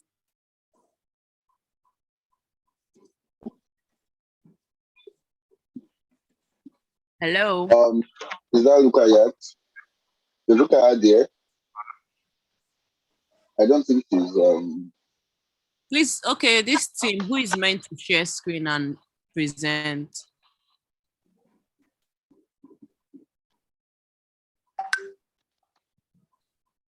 Team members, are you on this call? Obafemi. Yes, she hello, said. Team Obi. Are you ready? Right, shoot, go on.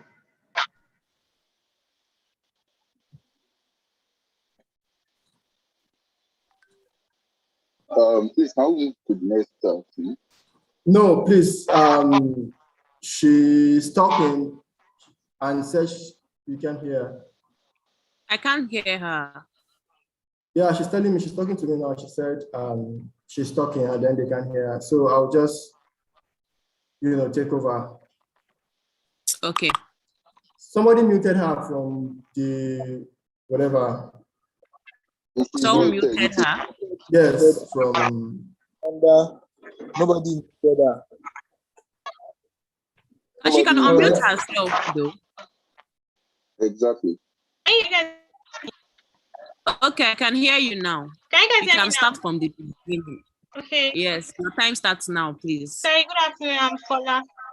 I'm representing on Zuri Authentication and User Authentication Company and User Profile and Settings. And the aim is to create a workspace where team members can interact and communicate effectively without any hassle. That is, the user as a company trying to open their workspace and getting it easy for them. And as for their authentication, we're dealing basically on authentication and user profile and setting. So a persona that we created is Adebayo, CEO of a company. And one of the major issues, the user issues he wanted is that he wants a profile, privacy, and security. And in diving into their architecture flow, as a company, when trying to launch the Zuri chat, creating a workspace, the process from the user flow from creating a workspace, from signing him with the workspace, and for the company to be able to create their workspace and able to launch their workspace and invite their team members their users to use it. And we also created a chat flow that shows for new users, whereby it shows the process from how they sign up and the process it takes them sign up with Google, or the user flow of how it will take them to get to what they need to do when trying to sign up into the Zuri chat. And also, we created a user flow for an existing user where it shows the process where, for example, if the existing user inputs wrong password multiple times and it takes them to account log and the process of how they will do in order to log in successfully. And going to the user profile and user profile setting, we created a user flow that shows all the content of everything that will be in the user profile, from uploading, as simple as uploading your profile picture to a status, to set your status. And we had something new of setting a tag where it's very easy to actually set it for users. You can easily set if you're a mentor or you're a student or a trainee, and you use shows from how you edit to details like put BIOS, the local content that be used, and it includes stuff like how you can link your LinkedIn, and you can easily upload it and put it on your profile.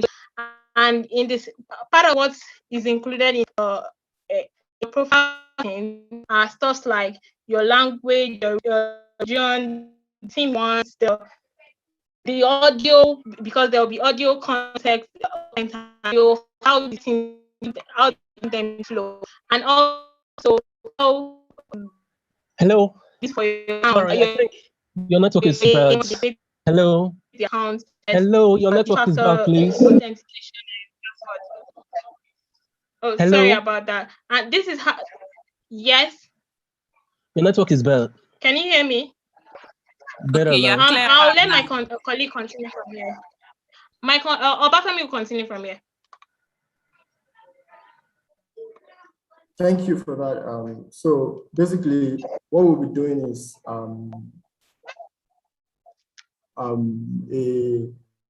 we'll be authenticating users, and we'll also be taking care of, say, things like. So we'll be authenticating users, Yeah, of course. Sorry for that. So this is our issue channel on GitHub. So you can see that I filtered the issues by Team Einstein. So we have about 311 open issues. So this is what we take care of on Zuri, right? So a user profile, when you click on this, that is where we are handling. So we'll be taking care of user authentication, your profile, your preference, and everything that has to do with the user, right? So we'll be sending data to the Zuri core and also receiving data from them. And then we'll be taking care of, say, preference and things like deactivation, signing out of your workspace and all that. So one of the ways that we've decided to handle our issues is by, you can see that we have, as Mark said, that we should try and ship like the minimum viable product. So we have secondary products that can be added later on, but we have MVPs, things that we have to ship with like the first product. And then we have things that like depends on each other. So we have to take care of like the earlier things, and then later we can move on like to the other additional things. So we are going to be working with an architecture of React and Node, and the Node is going to be taking care of like fetching data, pushing data back to the Zuri core, and then we're going to be communicating in JSON, of course. So this is what we are going to have, back and forth from like the APIs created by the Zuri core guys. So so basically that's how it's going to be. Our issues is 311, and then we started closing issues. So basically that's how our architecture is. Thank you very much.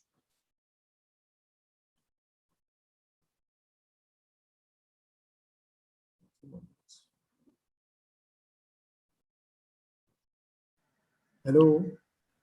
Okay, so thank you. Yeah, we'll be waiting for questions and.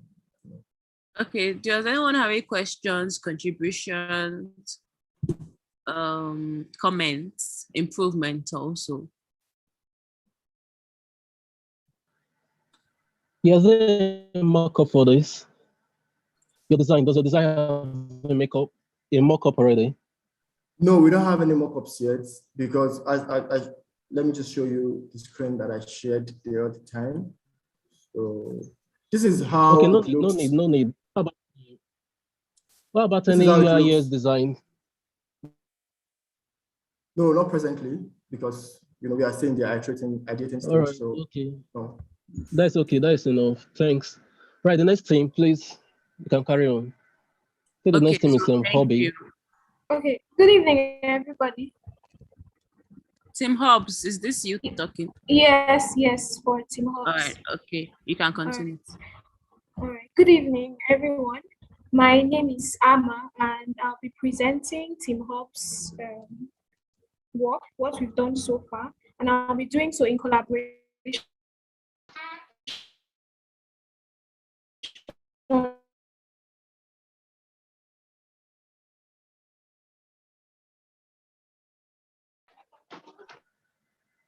Sorry, your network is bad. Hello. With another Tim Hobbs, I can take over. Take over, but I think my network. All right, thank you. That's fine, I can take over. Please mute, Amma.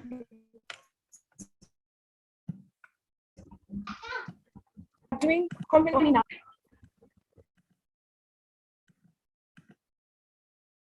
Can you see my screen? Yes, we can. You can start now. Thank you. Good evening, everyone. My name is Davian, and I'll be presenting the task for Tim Hobbs for the week. Tim Hobbs was assigned to build the company online tools plugin, and we'll be talking more about that now. This is the table of contents with project description, tools, core architecture, process flow, information architecture, and user story. Please take a screenshot so that you can use it to reference in the future. We'll be talking more about this. Tim Hobbs has been commissioned to design a plugin for external tools, which will be implemented on Zuri Chat. It is a feature which allows users to interact with third-party tools like GitHub, Gmail, Figma, like you saw in the previous screen, to make workflow for themselves or their team faster and easier. All our tools are external applications they may have been used or heard of, but to maximize productivity, we are giving you access to some of their awesome features right in Zuri Chat. These are the online tools being integrated: Gmail, GitHub, Figma, Google Drive, and Jiffy. In the future, there could be more. Let's talk about the core architecture of the Hubs plugin. By core architecture, we mean the high-level overview of how the Zuri Chat main, Hubs plugin, and these external tools would interact with each other. Let's take a look. This is our core architecture. A user will typically access the Hubs plugin from the Zuri main interface, and data or information would also flow from there into the Hubs plugin. An example of this data is the list of tools available. To access these tools, an API request of some sort will be made, and some data or an external screen where users could perform actions would be presented. And then finally, if need be, data can be sent from the Hubs plugin to the Zuri Chat main or core for storage. Let's talk about the process flow. This is a step-by-step breakdown of the core architecture, just so you know how it works. Before we do that, I would like to break down some of the terms we'll be using in the next slide in case you don't understand it. API request. An API request is how we demand a resource or feature from any of these tools I mentioned, like GitHub and Gmail. Authentication is how users give the Hubs plugin access to Google Drive or Gmail or any of these tools so that they can share their resources. You've seen this happen every time you logged into an application or a website. The API response is the resource returned by the tool. It could be information or an external screen in form of what developers call an iframe that users can interact with and perform actions on. Let's get to the process flow. As I said earlier, a user will typically access the Hubs plugin from the Zuri Chat interface from the sidebar. Information flows from the Hubs plugin from the Zuri Chat or Zuri core into the Hubs plugin. This information could be the list of tools. On the Hubs plugin interface, you'd see all the tools available for a particular company. Examples are Gmail, Figma, GitHub, Google Drive, and Jiffy. To access these tools, you'd make an API request. When this API request is made, the tool may require authentication, maybe by putting your email or your password, or granting access to the Hubs plugin. And then when the Hubs plugin authenticates successfully, a response is returned. Like I said, this response could be information or an external screen where users can perform certain actions. Information that is returned to the Hubs plugin may be saved in the Zuri core database, and then this process can go on and on. Finally, let's get to the information architecture of Hubs plugin. Information architecture refers to how information is organized, accessed, or shared across all parts of the Hubs plugin. This is our information architecture. Information is flown from Zuri Chat, or from the Zuri core to be precise, into the Hubs plugin. Like I said before, an example is the list of tools available. On the Hubs plugin, you can search for some tools, or you can just view all the tools available for your company. The tools we're building for the MVP are Google Drive, Figma, Gmail, GitHub, and Giphy. On the Google Drive tool, you'll be able to create files, view files, or download files, all from Google Drive. On the Figma tool, you'll be able to receive comments or post comments from the Figma files on the company's workspace. For the Gmail tool, you could view work email or send mails to your colleagues. For the GitHub tool, you'll be able to send view notifications around commits, issues, or pull requests on your company's repository. For the Giphy tool, you'd be able to search for GIFs, save GIFs, or download tools to be used anywhere on the Zuri Chat main. We presented a short set of slides for the user stories. A user story is a short description of a task in software, and while you're making software, it usually consists of the role of the person to perform this task, the task itself, and why these tasks should be performed. These are some user stories for the Gmail tool. You can take a screenshot. These are some user stories for the Giphy tool, some user stories for the GitHub tool, some user stories for the Figma tool, and some user stories for the Google Drive tool. Before we would conclude, I would like to show you our GitHub repository and the issues that we've made. These are some of our GitHub issues. You can see that they are labeled. The first word you'd see is what particular feature that they're pertaining to. You can see GitHub. If you scroll down, you can see Gmail, Google Drive, and the rest. You would also see the labels, front end pending review. You'd see back end pending review, and the rest. To do this, we had to make templates for how these issues could be so that everybody could contribute. If you clicked on any of these, it will just automatically label it as a backend issue or a design issue or a front-end issue. Thank you for listening. My name is Davian, and this is Tim Hobbs. Thank you. I could take any questions. Thank you so much for this beautiful presentation. Do we have any questions, comments, improvements, anything at all?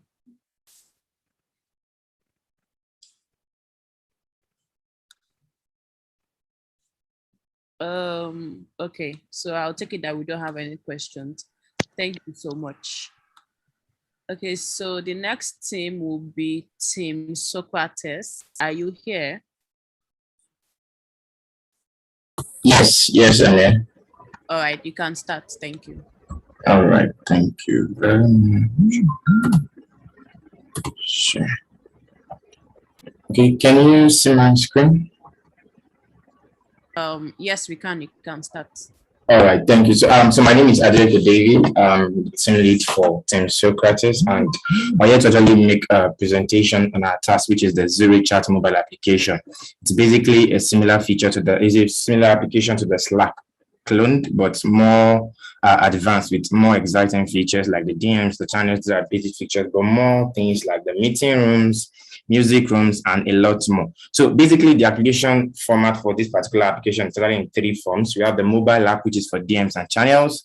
That's for the native Android, iOS, and code. Then we also have the full-fledged application, and then we also have the Flutter desktop version. But however, we, Team Socrates, will be working on the full-fledged mobile application. So how did we actually start? When we got our task, we divided ourselves into sub-teams to handle development of the application.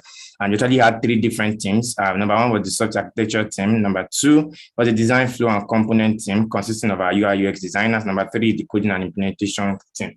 This team is actually open to everyone, every member of this sub team is actually open to every member of the team. And it should actually be described, everything that we'll be doing will be basically done by our UI UX designers, and we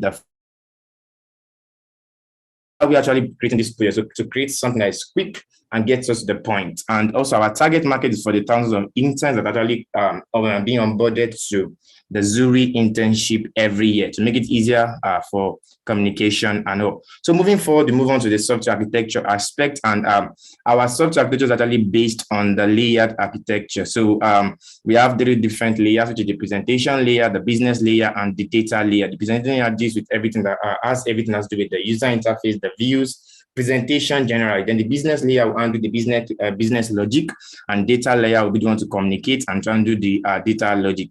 Going further, we'll be diving deep into our architecture, which is the MVVM architecture, the view model, the repository, and the services. So the view communicates with the view model, then the view model itself communicates with the repository, which in turn will call functions that will speak with each of these services. So the services are designed in such a way that the packages are not standing alone. So we're not going to be incorporating packages into the application, because our aim is to be for us to be scalable and maintainable.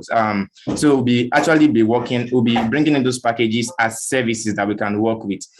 This is actually a more graphical view. These are our business, our presentation layer, then the business layer. Then these are our repositories here, and these are services. We have the local DB service, the cache service, the WebSocket service, and the API handler. So this is kind of use case, special use case of the application. So let's take, for instance, a login. An intern wants to log in. He types in his username, types in his password. Then on clicking the sign up button, this communicates with the authentication provider, which in turn communicates with the authentication repository. This repository has two distinct functions. So if he wants to log in, it calls the login function, which communicates with either of these services as it will be needed. This is also for the web view. For the web view, this is also for the how we plan to incorporate the other plugins into the application. So basically making use of the web view. So just as every team, other teams that have spoken as designed, so we'll just be taking it, then we'll be wrapping it with a web view, and probably might even work on, we're actually looking at building a package on it to make it easier to call across the app and for further use and time to come. So moving on to the user flow, this just giving us a general overview of how the app is going to be structured, how it's going to be, and how it's going to. So on starting the app, you can see the onboarding screen, the sign in, sign up. On successful sign in, then we also have various options provided. That's the home, the DMs, the launch, and the profile. And this is also a for the DMs, you can jump to the particular DM, you can search, and you can also search. You can type in the name and you can type a new message. The same thing goes for the thread. Click on the thread, view all the threads, and get your particular data you want. Then also search. You have various filters you can actually apply. Search for a file, search for a message, search for people, and a lot more. And the same thing also goes for the profile. This is a user flow for the profile. You edit your profile, set status, set yourself as away, and unique features like that are actually present in the application. This is also for the preferences for the account, and for an invite your friend feature also.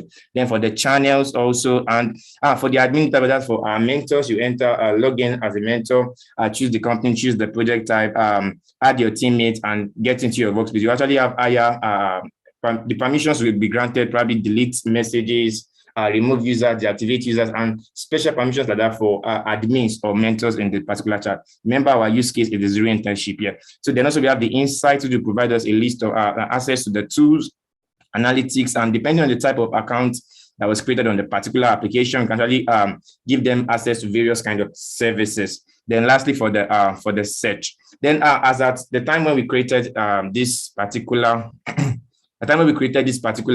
repo, this particular presentation, we actually had 341 issues, and by now it's actually 346 now.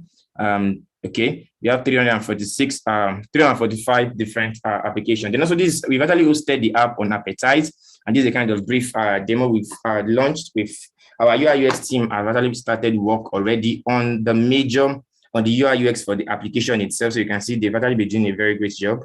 They started designing few screens already, as we can see. And also, apart from that, also for our folder structure, we've created a kind of, so that to ease every one of us to understand the way the thing is structured and everything, we created a document for our particular folder structure that will explain everything and how it goes and how everything links together. So it will ease and help us to carry every teammate along. So this is the app. Currently, it's on the repo. Everything has been pushed to the repo. The repo has been set up and everything is running smoothly. These are an example of the app launched on Appetite. And these are issues, and this is how everything is going. So far, so good. We have been able to do, we've launched the app, and we're able to do quite much in terms of collaboration, in terms of brainstorming, and all. We have brought this concrete concept and presented it to generals that yes, we're actually capable of handling this concept and not just handling it alone, but actually seeing it to the very end. Thank you very much. I remain David from Team Socrates. Thank you so much, Socrates, for this beautiful presentation. Does anyone have a comment, question, or contribution?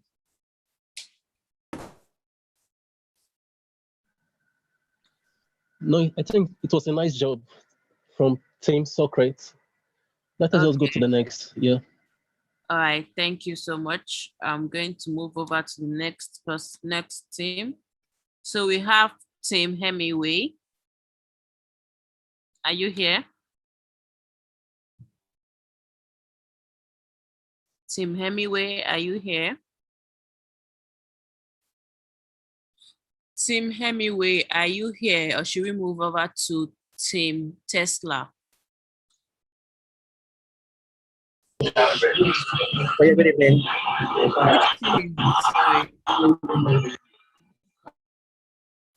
Which team is this? Is this team Hemingway? Team Hemingway. Okay. Hemingway, yeah. Okay, my name is Richard Jackson, and I'll be presenting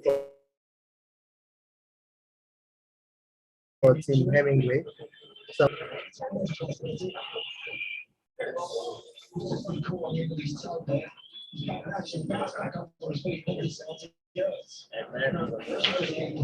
all right, that's my screen, right? All right, so our project is to build a company holiday calendar plugin. So now this plugin is designed to be more like an additional capability to Zurich Chat. But then Zurich Chat is more like a parent software, but we're building it as a standalone plugin that can work with any other software, that can be plugged into any other software and to work very fine on its own.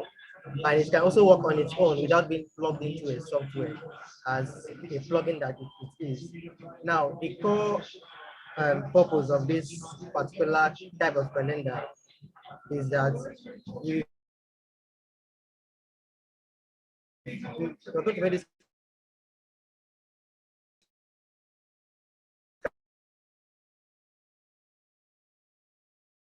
calendar in a way that it's so there are going to be new capabilities added to it. There are going to be functionalities added to it.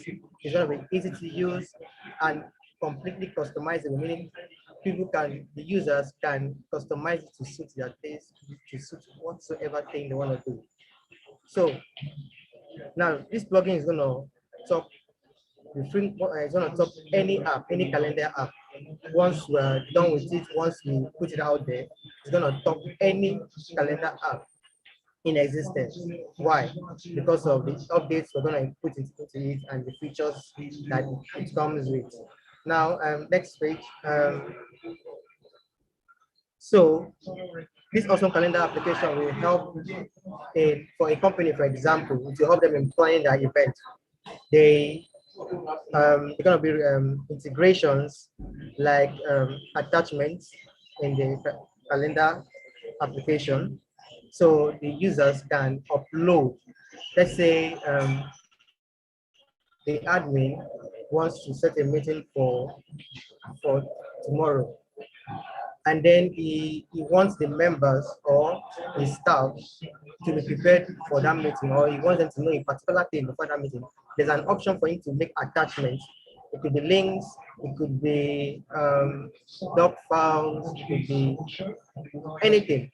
So when the admin uploads this information to that particular date in the calendar, the users are able to receive this notification that tomorrow this event is going to hold on so day.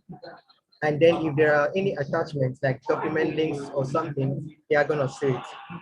Now the stakeholders for this particular software are users and the moderators, then the admin. The admin has full access, full right to do anything with the app. The moderators have limited rights. They are normally appointed by the admin to maybe take up some responsibilities of the admin, take up some responsibilities of the admin. Then we have the users who their right is so limited. All they can do is probably customize it to suit their taste and do some editing, updating, and also arranging of their features. Okay, so at this stage, I'm going to call on my colleague to, before I call on my colleague to talk about the software architecture, I would like to share something we've done. Okay, let me get to it.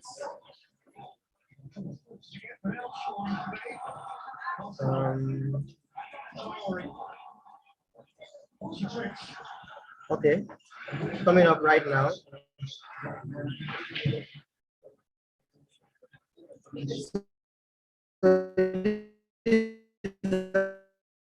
example of a calendar. This is what we want. So the users have options to upload images. They can search. They can find events. They want to find a particular event in a year. You click on the find event and you just type in the holiday or anything. Then the other features here, like you can see, okay, yeah, the search feature, like I just said. So all these features that are included in this calendar is going to make it one of the best calendar use. And also this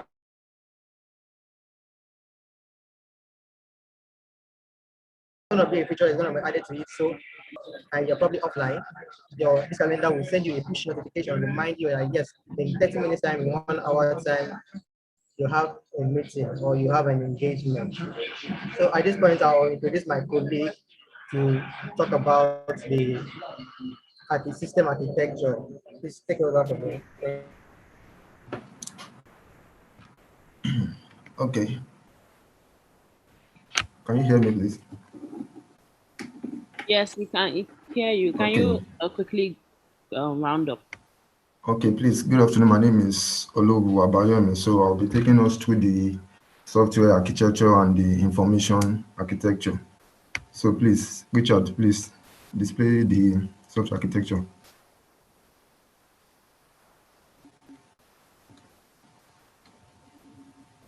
Okay, so this is our software architecture. We in our team we brainstormed, and on our research we found out that based on the projects we are having that we are working on, there are two forms of architecture that can actually work together, which are the microkernel architecture and the microservice architecture. Please go back to the architecture. So the microkernel architecture is a form of architecture where software applications can work alone and can stand alone with its own micro database. While the microservices is a kind of architecture that has a core system, a standalone system where other applications can be attached to in form of plugins. And since we noticed this is the kind of architecture we are working on, this is the kind of project we are working on, where there is a standalone software or standalone system where other applications can be attached to. So this is why we combined the microservice and the microkernel. The microkernel can also be thought of as the monolithic architecture. So I'll be walking us through our architecture now. So from the right side, we have the users. This is user 1, user 2, user 3. Then the user interface. These are the informations that are at the front end section of our application. So these are the sections where information are being served to the users and information are being passed to the database. Although we won't be using our own personal database, so we'll be fetching data from the database that comes from the Zuri core, which is the MongoDB. So the Zuri main holds the backend at the front end. Your screen has gone off, please. Hello. No, your screen is no more showing. Okay. Your Okay. Let me share my screen.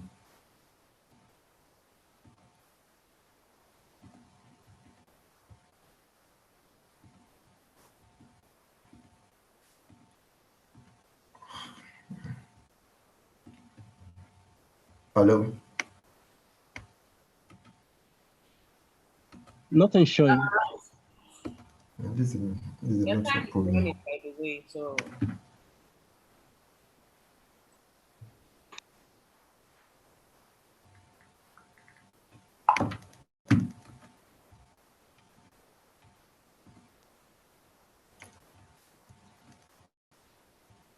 Can you see my screen now? Yeah, but you have a minute. Okay. So we'll be fetching and serving we'll be fetching and getting information from the Zuri core. So the Zuri main holds our backend and front end codes where informations are being the logical aspect of our applications have been handled. So inside this the calendar application holds our software information architecture and the operations that can be performed that create events, create schedule events. Users who are members of the company can actually request for leaves, and the admin can either approve the leaves or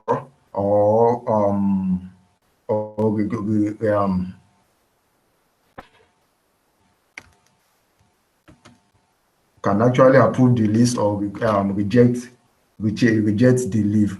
So these are all we came about, and we believe we properly make this project work as expected. So thank you.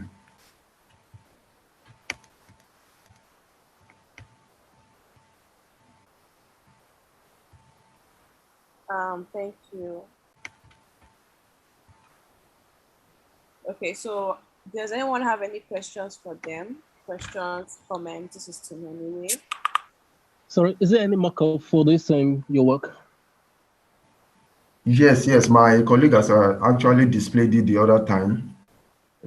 So he actually displayed the other time with the UI UX section of our team has actually developed something already. So this is the mock presentation of the application we are working on. Okay, no problem. Yes. Getting zoomed in. Right, the next thing. Okay, the next thing is Team Tesla. Yeah, confirm you can hear me. I can hear you loud and clear. Okay, thank you very much. I'll be dropping the link to our issues, and I'll be sharing my screen right now. Can we see my screen? Yes, we can see your screen. Okay, good evening, everyone. My name is Success, and I am the team lead of Team Tesla. We are working on the Chess Boardroom plugin for the Zuri.chat application. This presentation shows precisely what we have done so far as regards the plugin. So basically, we've conducted research, user stories, created GitHub issues, user flow, designed the plugin architecture and components. This is just a process. Okay, so basically, an intensive research was carried out by my team, and based on our findings from this research, and also suggestions and ideas from our potential users, we are able to draft out over 200 user stories. Based off these user stories, we proceeded to create issues on GitHub. We were able to draft out about 196 tickets, which were reviewed by the team and refactored for the purpose of being explicit. So this is a snippet of, sorry, give me a minute.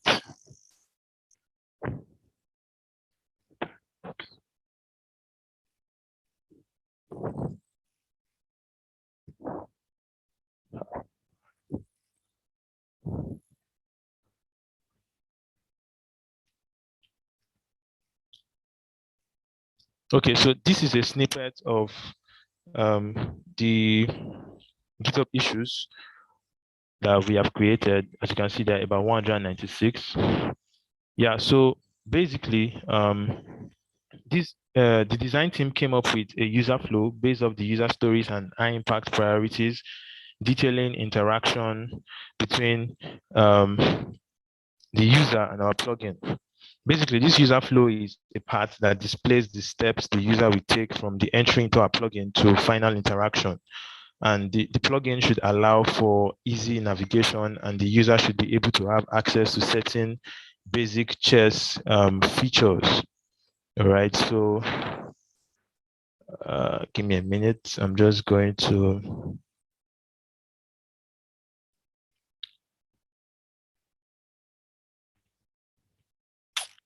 okay.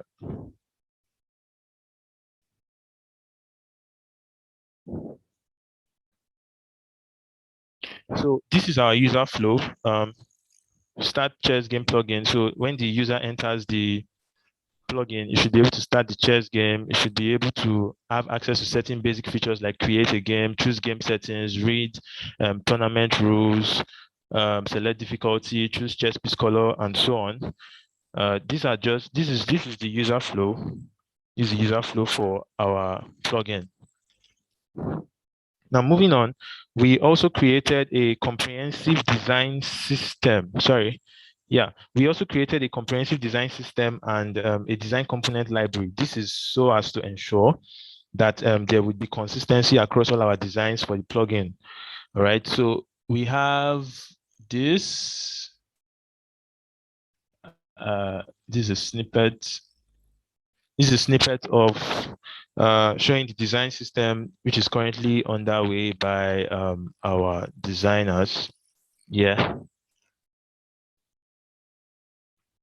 So a step-by-step process detailing data flow and the blueprint of our chess boardroom plugin was also created by the team. Here you can see our plugin architecture detailed. So one of my team members would, in the next 1 minute, explain this architecture. So Undubisi, can you please unmute and explain this architecture? Okay, Success. Confirm you can hear me. Yes, we can hear you. Okay, yeah. So the architecture we chose, the high-level architecture we chose to design our application is the layered architecture, right? So we have different layers performing different functionalities in order to achieve the overall goal. So from the user end, we get to see the graphical user interface and layer. That's the React application that actually the user actually interacts with. The user doesn't know any other thing beyond that interface layer, right? So we basically have two use cases for a logged in user, that is a Zuri user, and probably a guest user. And that's still based on the features that we are suggested in user stories. Then we have the functionality layer. It's in the functionality layer where you can start game, join game, you can decide to watch the game, right? And can get gaming history for a particular user. Then after that layer, we have the business layer, the core business layer of the application, which is the web sockets. So the sockets actually helps us create gaming rooms with basically 3 types of users: the 2 players and the spectators, which are going to watch the game. So this is where all of the interactions happen. This is where the data flows happen. Each player's move is sent between the other player and the spectators. So the spectators will see the moves that other players are and the 2 players are making within that particular layer. So for that particular place, that's where all the gaming logic is going to go into. Then we have the data processing layer, which takes all of the data exchange within that server, the gaming server, and processes it and does the read writes between our core API, which handles the data saving. So below the data processing layer, we have a memory cache because this is a game, so it happens real time. So we might not be able to read write data to the core API immediately. So we might have to cache some of the data until the game ends, or probably network fails from one user, and then we have to write that data from the memory cache back to the core API. So this is like a layered architecture that we use for designing our application, and that's what we have for the architecture part of the chess game. Okay, thank you very much, Ndubuisi. So it would suffice to add that our subdomain was set up as chess.zuri.chat, and this is how it currently looks. So this is how it currently looks. More work will be done after this Zoom call moving forward. So thank you very much. Any questions? Thank you so much. Yeah, you're welcome. Does anyone have any questions or comments or contributions?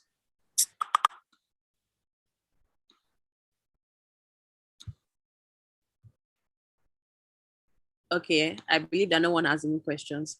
Thank you so much for the presentation. You can stop sharing your screen now. Okay. The next team will be Team Puris. Team Puris, are you here? Yes, we are here. Okay, you can start. Thank you. All right. Good evening, everyone. My name is Mohammed Mahmoud, representing Team Puris. So the task given to us was employee shift plugin. Now, the employee shift plugin basically helps users. It provides employees with the ability to create, modify, and swap shifts in the organization. The plugin will be built using React for the front end and Node.js for the back end. Now, the functional requirements of our plugin is that it has a sign up section and a login for the users, because even though this is going to be built for the Zuri chat, it's going to also stand as a standalone plugin for users to just use, so it can work independently irrespective of Zuri chat. So we have a page where admins can assign tasks either based on either hourly, weekly, or monthly. So we also have a dashboard where users can see their shift. They can see all the schedules. They can also see they can see who is working their shift, who is awaiting their shift, and also who has already finished their shift. We also have a tracking system. We also have a tracking system where people can see when they clock in and when they clock out. Sorry, please hold on. Gabriel and Success, could you please mute? Thank you. Carry on, please. All right, so we have a tracking system where users can clock in and clock out. This will enable them to actually see their progress. We also have a system where people will receive a notification when their shift is starting and also when their shift is about to end. So now this is a user persona we set up for the plugin. So here we have a user which needs to be able to get easy access to important updates about their shift times, routines, so that they can be aware of changes made to their shift and schedules. So here on the next slide, we are going to go to our user flows, which is designed using Miro. So can you see my screen? Yes, you can see your screen.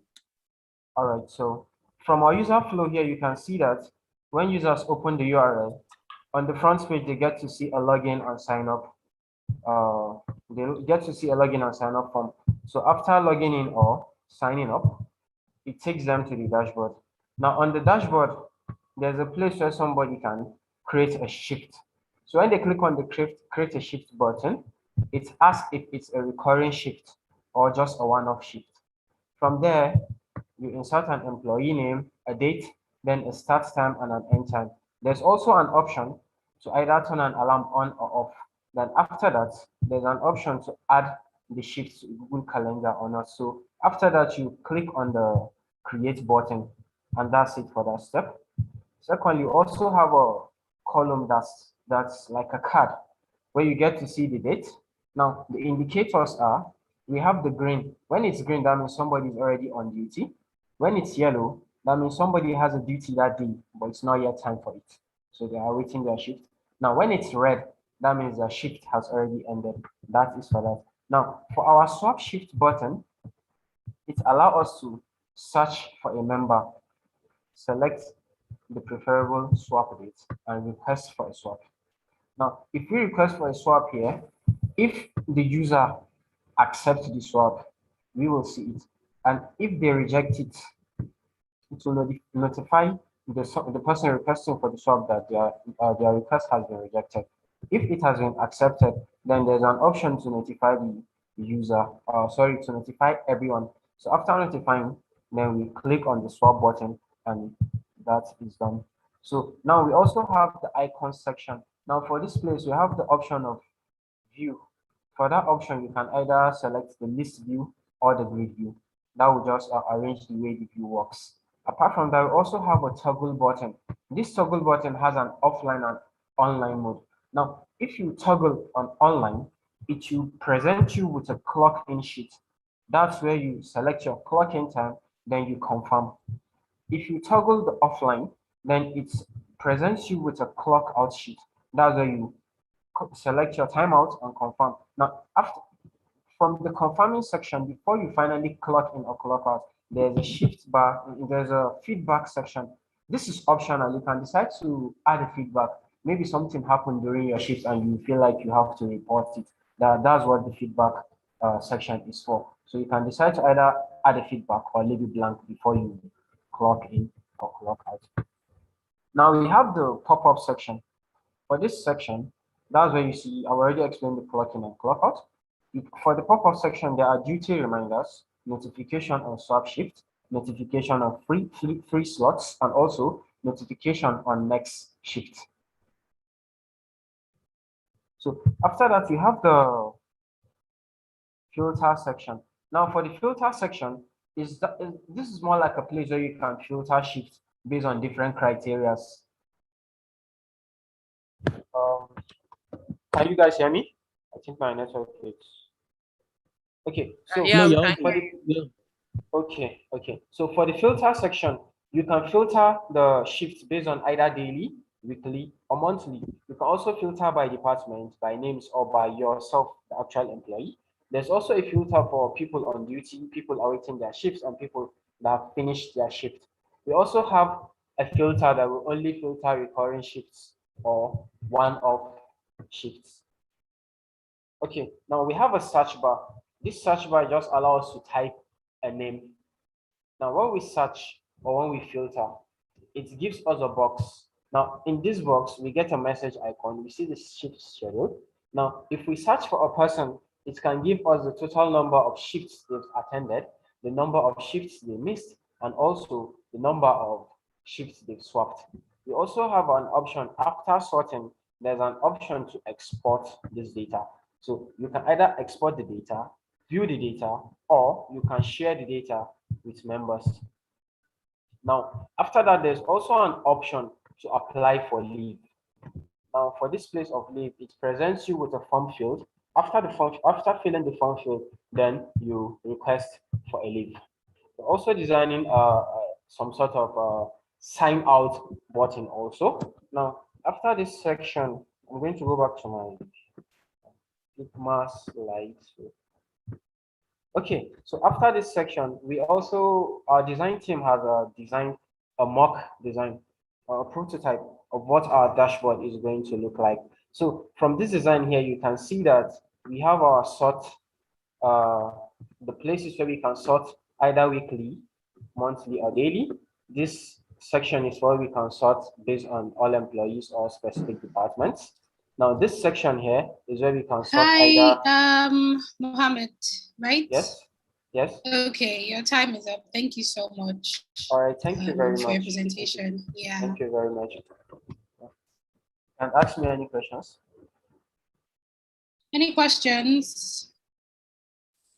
Does anyone have a question? Sorry, well, you've actually taken up so much time for the questions part, so let's just move on to the next team. Okay. All right, thank you very much. Yeah. Okay, so Team Volatile, are you here?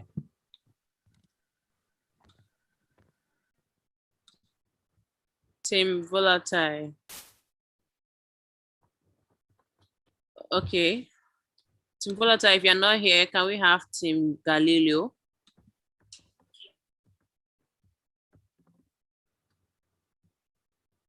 Is Team Volatile or Team Galileo here? Okay, yes. Team, what is this? Sorry. Team Volatile takes over now. Okay, Team Volatile, you can start. All right. Just give me. Let me see if I can share my screen. Okay, can you see my screen? Can you guys hear me? I can hear you. But why are you echoing? Sorry, I'll just I'll fix that. Okay, so you can see my screen now, right? Yes, I can see your screen. Okay, I'm Yahaya Emmanuel Emmanuel, just Emmanuel. I'm representing Team Volta, and basically we are doing Zuri main.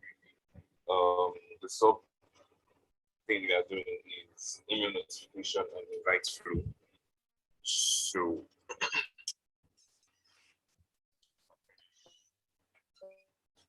So what I'm talking about team breakdown, tasks and stack used, breakdown of task or workflow, then our user story, design architecture.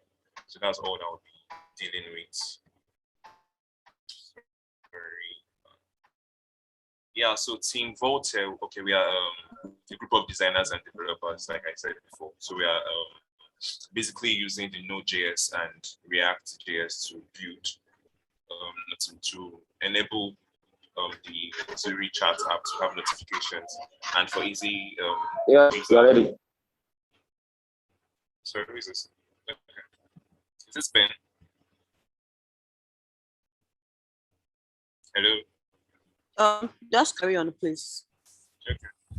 So Team Volta, we are a group of designers and developers, and basically we are using Node.js and React.js to build or to allow access of easy email notifications and flow when people have been invited to the Zuri chat. So basically that's what we've been doing, and you can see my screen. We have the list of the team leaders and guys that worked on this. Spoken about this. So the breakdown of what we are building. So we have the Zuri chat. This is the invite flow. So we have the Zuri chat client on its first encounter of the Zuri chat, and then he moves to the front end.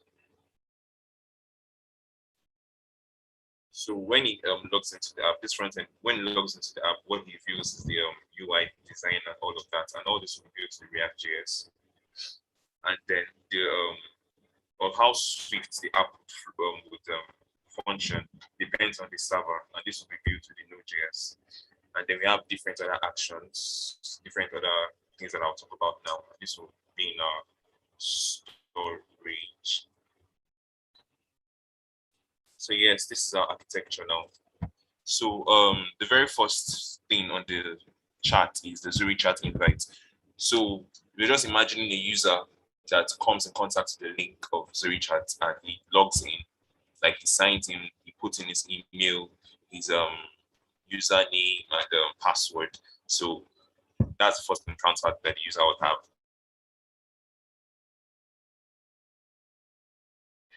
Then next sent, so telling him or confirming that he had signed into the Zuri chat.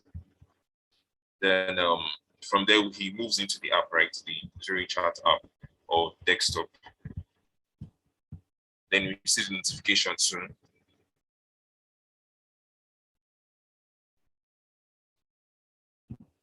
Okay, sorry. So this is in two ways. So we are looking at two scenarios. A scenario whereby a user logs in, he comes in encounter with the link and he logs in, and a scenario whereby the user is being sent or the user is being invited to the Zuri chat. So I've explained the first scenario. The second scenario now is where the user is being invited to the Zuri chat. So he receives a notification inviting him to join the Zuri chat. Is either he accepts the invite or he declines the invite. If he declines the invite, then of course that's it. He's not interested in being part or wanting to log into the Zuri chat. Sorry, if he declines the invite. Then if he accepts the invite, we move him to a sign up page where he signs up with his basic information and then moves up to email confirmation. Like an email is going to be sent to him where confirming that he has signed up to the page. Then we have a user login. Then down there's the profile. He creates his profile, he puts in his profile picture, status and all of that. Then we move into the main tasks. So there are different pointers here. For all these pointers, they were all built based on our user flow, based on the problems that were being listed in our user flow. And on our user flow, which is on the GitHub page, we have different issues and different forms and notifications that we want to have for every activity that is being performed on the Zuri chat. Yeah, so this is like a summary of everything that will be done. Yeah, so that's all for our design architecture. So I'll just share with you now our GitHub. We were able to just do 32 issues based on the fact that not a lot of people really participated. I was like the only one who created all the issues. So we have limited, but we have a lot on our user story. Let me just see if I can share that, if I can share our user story and sorry, just hold on.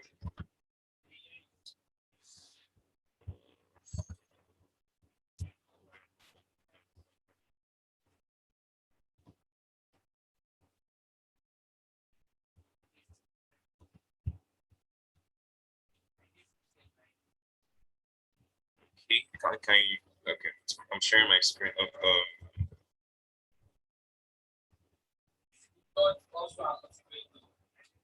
So I'm trying to get the number of issues we have right now.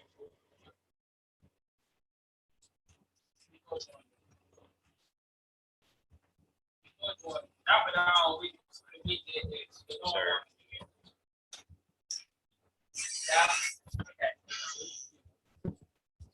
Okay, yeah, so I'm here already. So these are the 2 issues that I said I created by myself. That's why they have limited number. But assuredly, I'm going to create more after now. But we had a lot of user, we had a lot of user flow inputs. We had like over 100.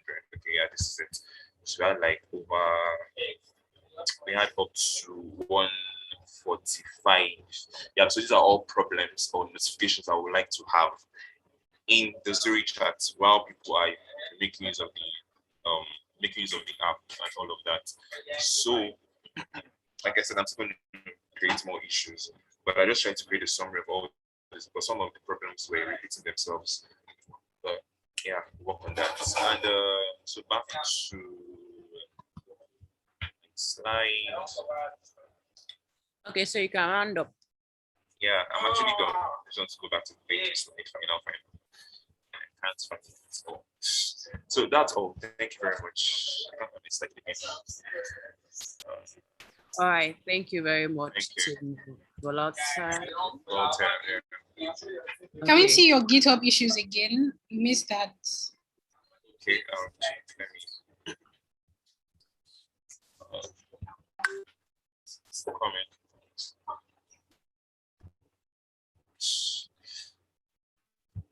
Yeah, this is I have the 2 inputs. Can you see it? Your issues 32. Yes, for now. Okay. Okay. Thank you. All right, That's thank all. you. How many interns are You said? How many interns are in the team? Oh, we have 123 and we barely have up to, like say 20 or 15 active members. No problem. Thank you.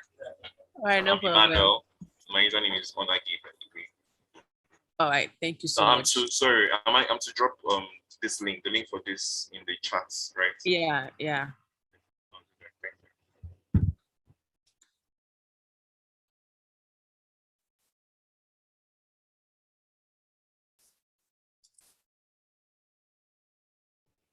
We can go on. I'm done. Okay, so the next team is Team Galileo. Team Galileo, are you here? Yes, we are. Please confirm that you can hear me clearly. I can hear you clearly. You can start. All right. Good afternoon, everybody. Okay. Can you please stop sharing your screen so I can share mine? Yeah, exactly. Emmanuel.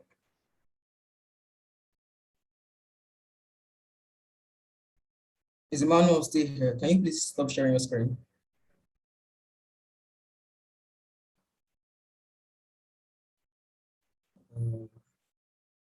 Why is it not responding? Okay.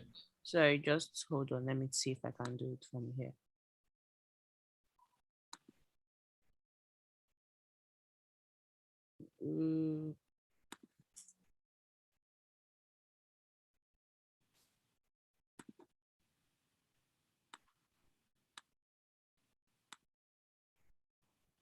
Okay. Can you see my own screen? I can see your screen. All right. Sorry.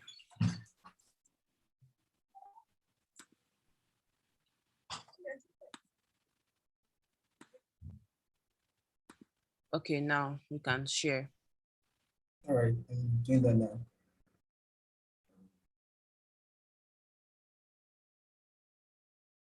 All right, can we all see my screen? Can we all see my screen? Are we fine? Yes. Yeah, shoot. Go on, please. Okay. All right, so good afternoon, everybody. I'm Damilola Emmanuel, presenting for Team Galileo. I'm the Deputy UI/UX designer, and our task, our plugin is a company file management plugin. That's what we chose to work on. And just for the sake of easy identification, we chose to call our project ZC files, right? So what's the problem, right? We did our research and we realized that over time, poor file management leads to systemic issues, right? A lot of time gets wasted on sorting through messy file systems. There are issues of duplicates and unnecessary docs. And then there are issues where files get misplaced, buried, or lost, right? These are some valid issues that we were able to figure out that a lot of companies experience on a daily basis, right? So why is ZC files important, right? Speed is one of the most important values of a business, right? If your business is slow, chances are you're going to lose a lot of customers, right? So the one major thing we keep at the back of our mind for this project is that we need to help businesses, help companies speed up their file management process so that they can have more time to attend to more important stuff, right? Which is where this ZC file comes in, right? So what are the primary features of this project plugin that we're working on? Number one is we have in-app viewing where you can preview different file types from within the app, multi-file support where you can upload multiple file types. There are permissions and authorizations where you can select the kinds of permission a particular person has, the kind of access you want to give a person, who you want to view a particular file. There's cloud storage, file upload, text formatting, file logging, file system exploration, hidden files where you can hide stuff to prevent people from seeing it. There's file manipulation where you can rename files for easy identification and all that. Then we are also adding a recycle bin feature where deleted files can go straight to recycle bin, so you don't lose them permanently. Of course, if you can upload, definitely means you can download too, right? There is file sharing, or you can share your files via links. You can generate the links to your file and then share it to someone who can then view your file using that link. There is file sorting where you can organize your file according to either file type or date added and stuff like that, right? There is file searching where you can search for a file that you need. You don't have to browse through unrelated files. When you need something, just type in the name and you share. And then we thought it would be a very, very good idea to add the file pinning feature. So in this way, on the company platform, right, you can pin files and folders to the top, right? So that way, even as more files are added, as more folders are added, the pin files still stay at the top so that every single person that come on board will be able to access and view that file immediately. Right. So for the sake of to get our plugins to work for this, so that we can build a completely effective plugin, we took our time to come up with user stories, right? And a lot of our team members actually contributed to this. We were able to come up with quite a lot of user stories. We have a little bit over 160 at the moment, right? And these we just chose to pick out a few to signify how our user stories look, right? So I'm just gonna read out two, and then we're gonna move on from this page. There is, as a user, I want to download files so I can have them in my local disks. We talked about this earlier, where users can download their files from the platform into their local disks, right? As a user, I want to be able to upload files. It's important too, because before you can put your files on the platform, you need to be able to upload them first, right? And there's the rename files. I want to open files in app and all that. So I'm going to be sharing a link to our GitHub issues in the message in the chat panel, right? Yeah, I've done that. So before we get to that, you can as well choose to go through and see our issues are already listed there as tickets, right? So we're able to come up with quite a lot of user stories that would guide us, right? And then this is the permission structure. Now, as a company, as an organization, right, when a file is created, there has to be a owner, right? There has to be an owner, sorry, right? So the owner is also the admin, right? So when the admin creates a folder and puts files inside that folder, and you want to share the folder to folks, you need to choose the kind of permissions you want them to have. Yeah, so our plugin is also going to allow for permissions. You can choose the kind of permissions you want to give people. The first is the editor, right? I call them collaborators. They can also be referred to as invitees, the people you're inviting in. But for the sake of this, let's just call them collaborators. So if you want to invite collaborators, you can either choose to give them the editor access where they can make changes to the content of the folder. They can remove and add files. You can choose to make them viewers where they can only come, get the link to the file and then view. And then you can also choose to make them commenters where they can not only view, but they can also comment but commenters don't have the ability to edit like editors, right? So these are a few of the permissions that you can have as an admin. So what this does is it basically just helps protect your folder, your files, right? Because when you can choose what people can do on a particular file, you can prevent damage, right? Just anybody can have access to it to damage stuff and delete files and make you lose your files, right? So this is our server structure, right? The server structure of Zesty files, which is what we're calling our plugin. And the reason why we have this structure in this way is because when our plugin sidebar item gets clicked on Zurimin, when it gets clicked, Zurimin loads and renders our plugin files. That is the HTML, CSS, and JavaScript, right? Our plugin then makes crude API calls only to our backend, while our backend communicates with both the front end of our plugin and Zesticore access, and Zesticore to access functionalities like user authentication, data storage, and file storage, right? So everything basically works together to ensure that our plugin is able to function properly. Then we have our backend layout, right? Based on the features we plan to work on, our backend devs have been able to come up with two primary models, which are the file model and then the folder model. The file model handles the data needed for file code operations, and the same goes for the folder model too. So these are the layout models our backend guys came up with. And then for our plugin for Zesty files, we decided that we want to allow our plugin to support multiple file types, right? So if you choose to upload an MP4 file, an MKV file, MP3s, PDF, TXT. Now, because Zesty file is going to be used by companies, we are thinking wide. So of course, we are not restricting the file types to docs, to documents, to Word documents and PDFs, because we are assuming that even designers and developers want to use the file. So designers should be able to upload their XZ files. Developers should be able to upload the necessary files they need to, so that every single arm of the company can use our plugin effectively, right? So what are the benefits? Did somebody say something? Yes, Emmanuel. Yeah. Thank you very much. If I could recover, you are from Team Galileo, right? Yes, I am. Your GitHub issues, you said you pasted it in the chat. It's not there yet. No, I did. Let me see. Okay. I did. Just round up your presentation because the time is up, and paste your GitHub link in the chat section. Thank you. I actually did. Can you see it now? Yeah, we can see it. Just round up. Okay.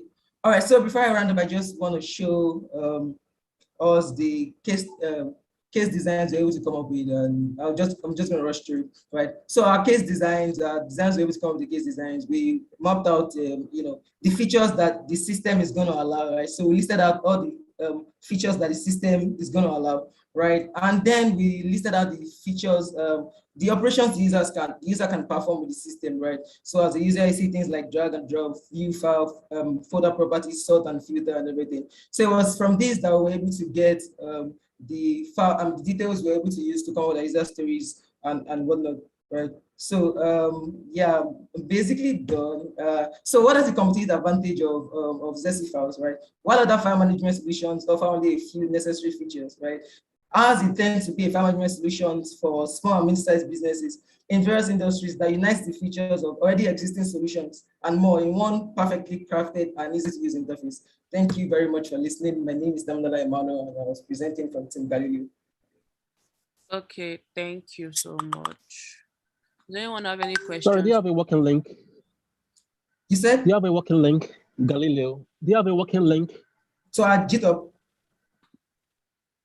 Do you have a a URL? I'll say working working like link. company files dots? Yes. Company files dot chat. I can share that too. Okay, share that as well. Any markup? Any markup? No. We've not worked on UI yet. We started thinking around it, but we don't have any to present at the moment. I think you can cut your screen. Yeah, I just shared. Yeah. So let's have the next, please. The next thing. Okay, so I'm going to call on the next thing. Thank you, Team Galileo. And so the next thing will be Team Orpheus. Hello, everyone. Can you hear me? Yeah, I can hear you. All right. I'm just going to share my screen right now.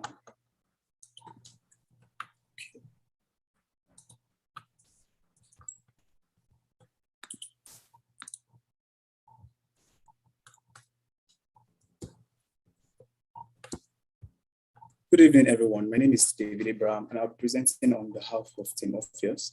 We chose to work on the DM plugin, and our chosen stacks are Vue.js, Django, and Figma.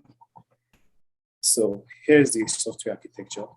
After deciding on the features, which I'll be talking about later on, this will be passed down to the UI, and after the UI design, it will be passed down to the front end. And the front end will be like a link between the CC main and the back end, and the back end will be connected to the Zuri core MongoDB. So the first thing we actually did was to conduct a very brief user research, and the participants were actually members of the team because definitely they are people that use workspaces, and we actually gained very valuable insights which helped us in deciding the MVP features. Next, we conducted a very depth competitive analysis. We analyzed 12 other workspaces, their strengths, their weaknesses, and what we can actually learn from them to do better. And then next, after doing this, we decided on our features. I'm not going to be going through the feature list because of my time, but I'm going to be showing a user flow that shows the journey of the user through all the features. So here's what the user flow looks like. First, let me show the key, so I'm not just talking to myself. So here represents a starting point. Here, an ellipse represents an action. The diamond represents a decision, and a rounded rectangle represents the result. So, of course, the main entry point will be the Zuri chart, followed by the DM plugin, because that is really what we're working on. From there, the user can choose to search for a user. Hello? Can everyone see me? I'm just continuing. Carry on. All right. So the user can choose to search for another user, input the keyword, then choose to return or input or choose the user handle. Also, the person can choose to click on a chart.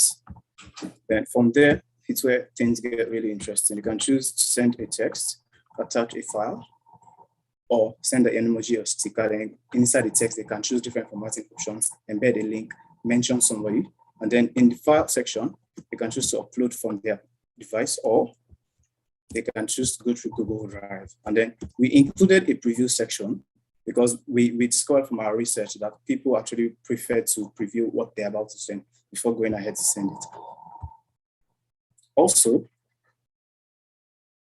in the next stage, they can choose to schedule for later or send immediately, and this leads to a success.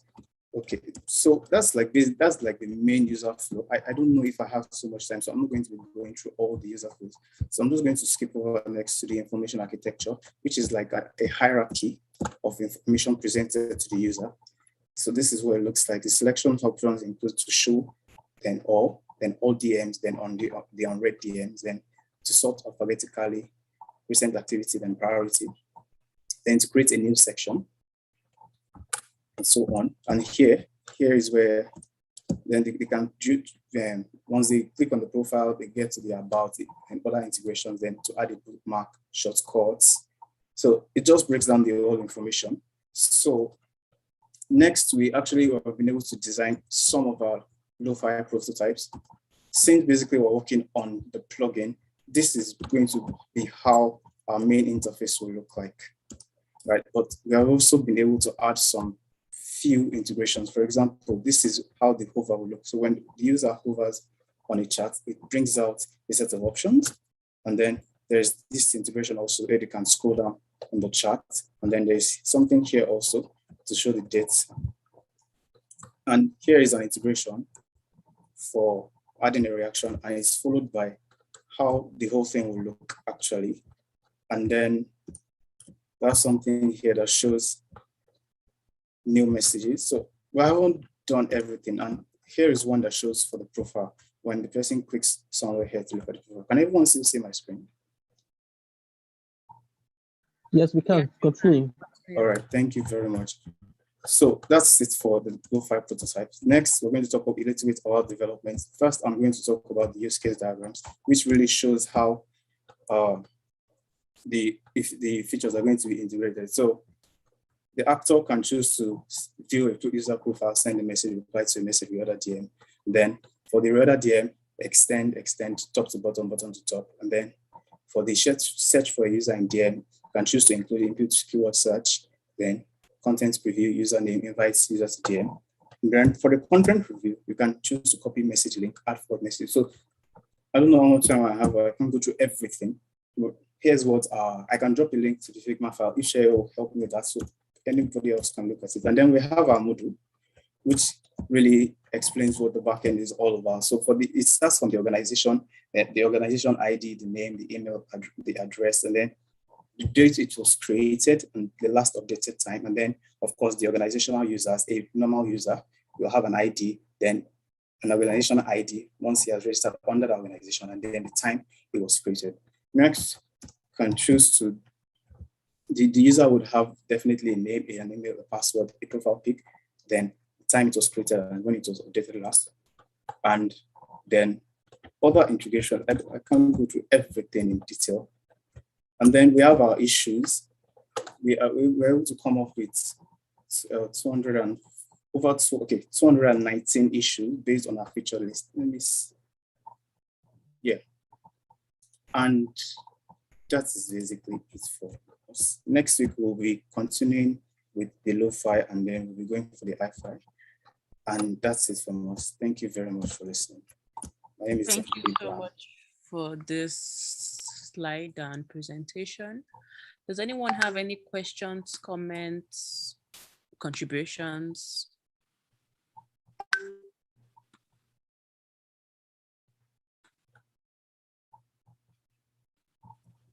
No, I think it's good. Let's have the next one. Yeah. Okay. Darwin. So the next, yeah, Darwin. Darwin, are you here?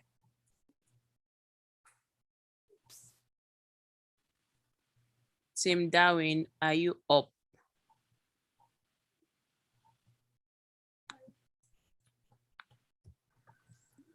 Team Great, get ready. If Team Darwin is not ready. Tim Darwin. Okay, so I have no choice but to move over to Tim Grange. We'll come back to Tim Darwin. Probably they are following the old timetable. Tim Grange, are you here? Tim Toy Story iOS, are you here? Tim Plateau, are you here? Tim Flutter Desktop. Which of you? Toy Story, are you here? Yes, sir. Yes, Toy Story is here. Desktop. We are here too. Okay, so Toy Story just starts. Thank you. Okay, I will share my screen now.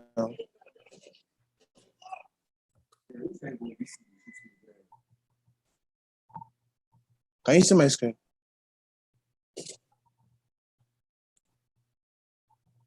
Hello? Yes, yes. Just shoot. Not yet. It's still coming on. Can you see my screen? Not yet. It's not showing. Okay, yeah. Shoot.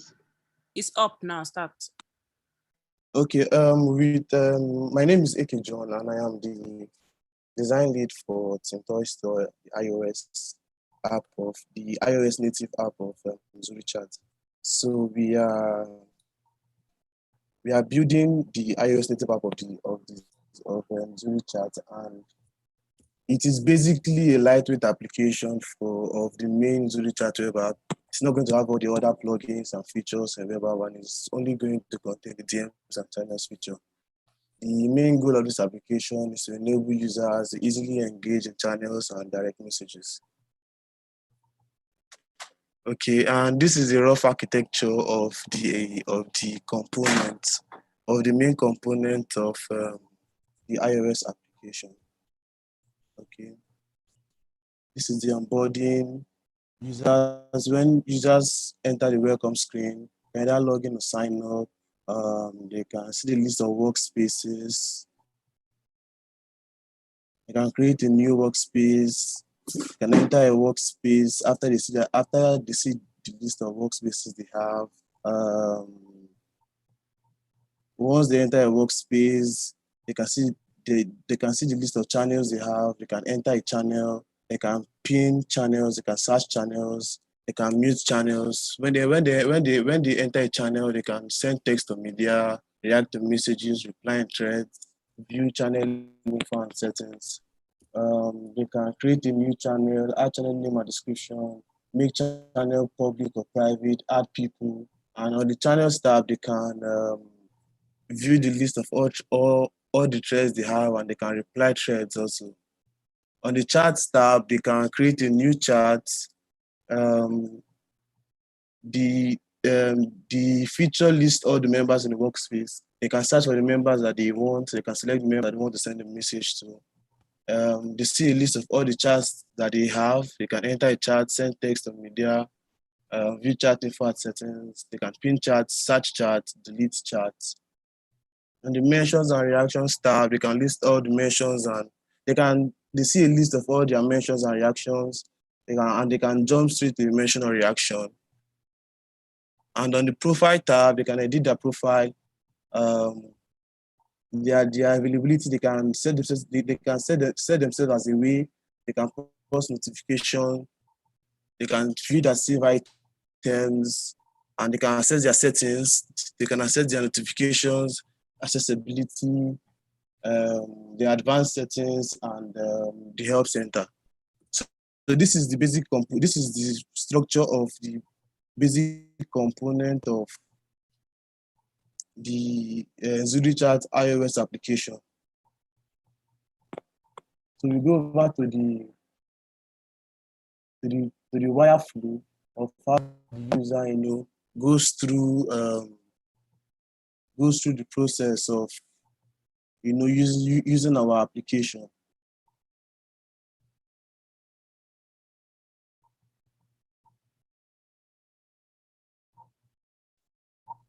Can you hear me, guys? Yeah, continue. Okay. Please. Starts, they see the onboarding screen and sign up or login. Clicking on sign up redirects users to sign up on web. When users log in, they can see the list of workspaces they have. A new user can decide to create a new workspace, and then they enter a workspace. And once they enter a workspace, it takes them directly to inside the workspace where they can access their channels, charts, and mentions.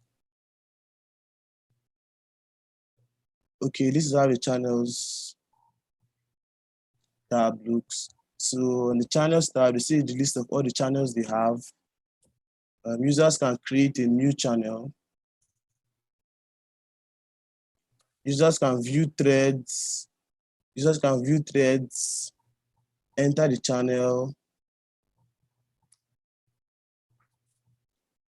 They can enter threads. They can view member info. And they can also view the channel settings. On charts, users can see the list of all the existing charts they have. They can add a new chart. Adding a new chart displays the list of all members on the workspace, and they can quickly send messages. This is how the chats this is a chat conversation, like how the UI will look.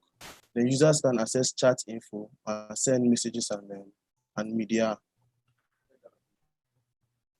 This is the mentions tab. Users can see a list of all the mentions that they have, and they can quickly jump to mentions and reactions. On the profile tab, users can edit their profile, they can access help, they can view settings, they can edit their status, and they can view their saved items. So this is the wire flow of how the main components of the application. We'll build on others later, but this is the wire flow of the main components of the application.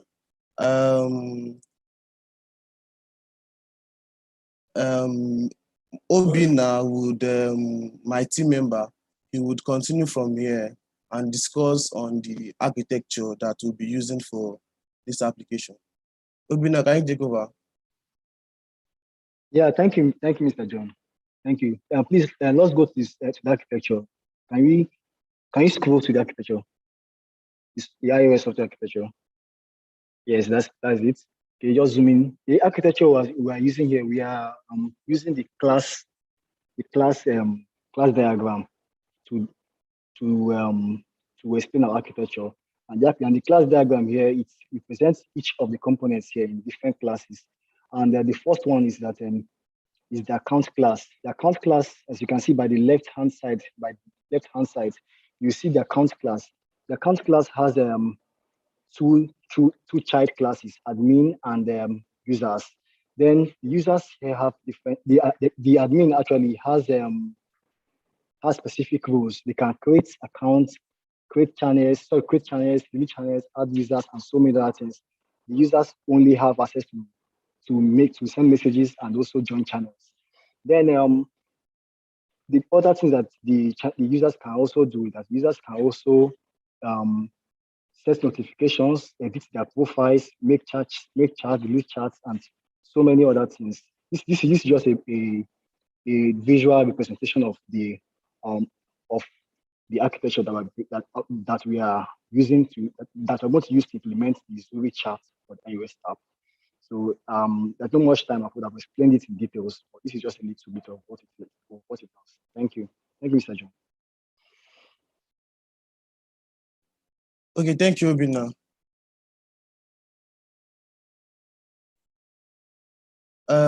For the last frame, okay, that's all. That's all you have for our presentation.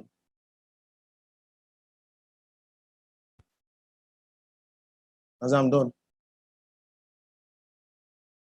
Thank you so much, Team Toy Store iOS. So is Darwin back up?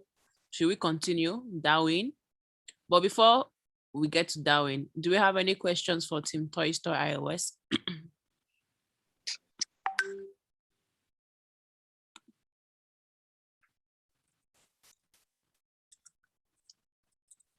No questions. Okay. No contributions, no comments. All right, thank you. Team Darwin, are you back up? You are initially set for 6:10. So you should be around, you should be up and ready to start. Team Darwin.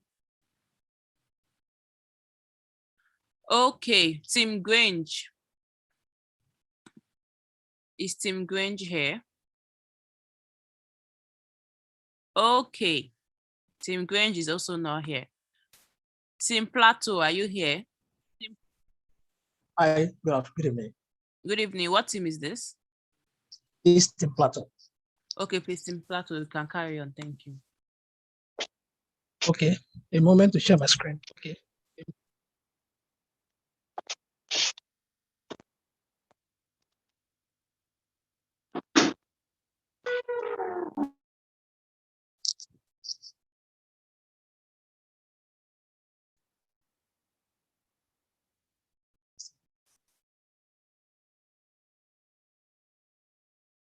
So hello, can you hear me? Hello. Yeah, I can hear you. All right, so my name is Bigart, and I'm presenting for Team Plateau.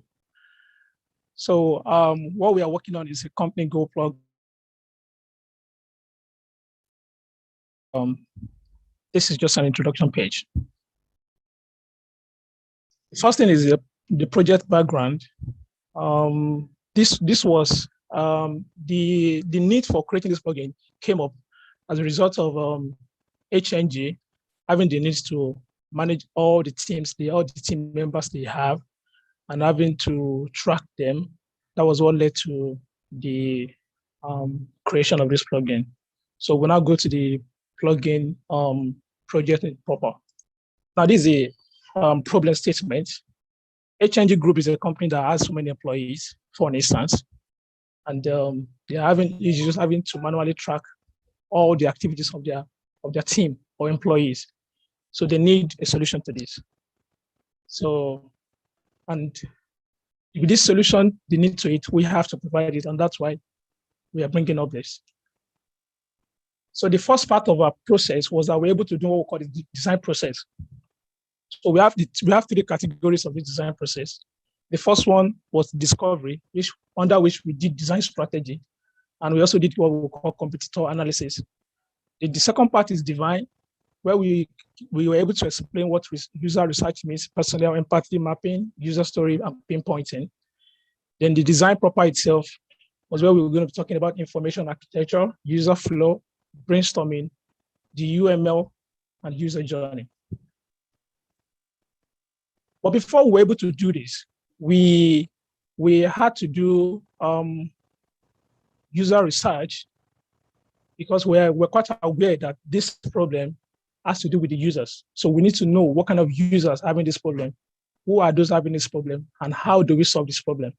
So we did what we call a qualitative research. This is a one-on-one virtual interview that was carried out among the members of the team. Normally, we're supposed to do this outside, but because of the time frame we had to do this among the members of the teams who are business leads or mentors or head of organizations. So our finding shows that people are having challenges, especially the leaders of an organization, having challenges of having to manage the goal of the company and also having to track the activities of all their employees. So it means that people really need this and they're having this problem. So how do we come up with this? How do we solve this problem? Next slide.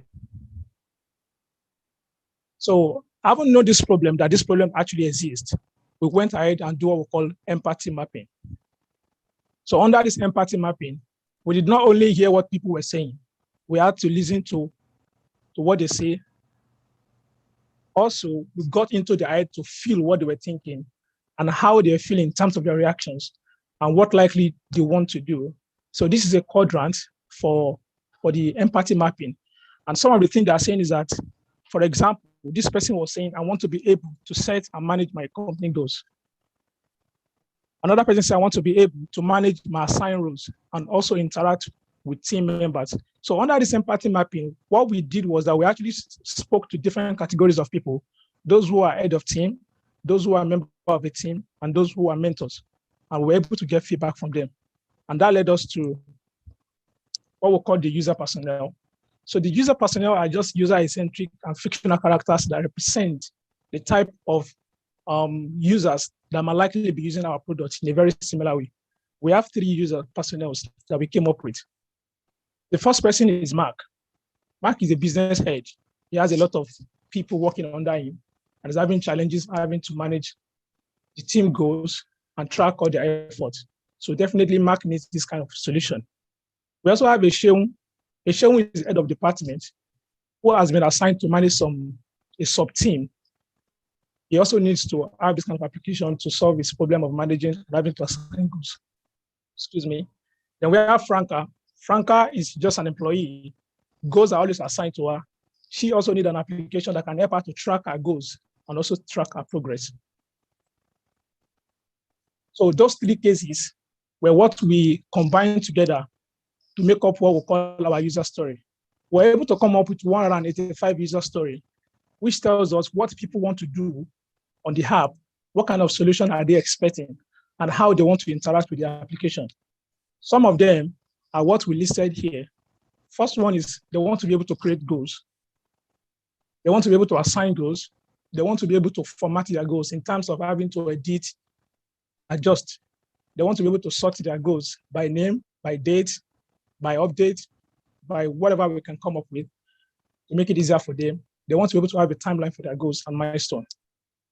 If you want to see more of these user stories, we have a lot of them which are on the mirror board, but we had a challenge bringing them to the Figma file we are using for this presentation.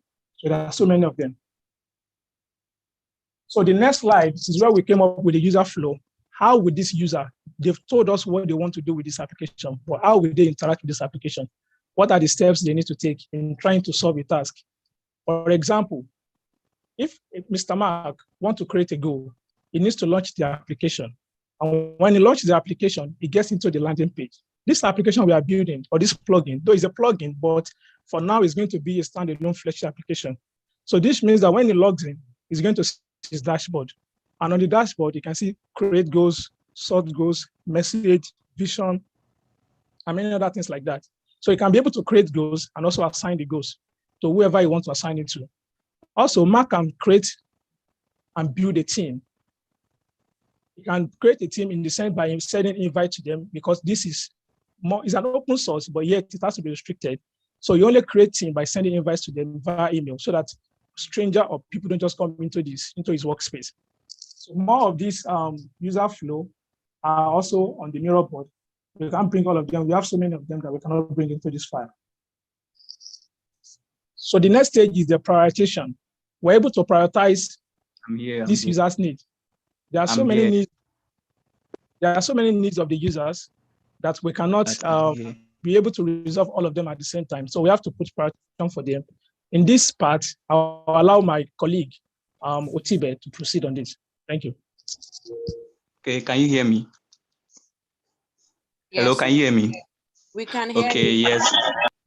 Okay, first we went on to ideas which I've not seen, I don't think I saw behind, but these are various means at which features that solve the ideation problem of the various pain points.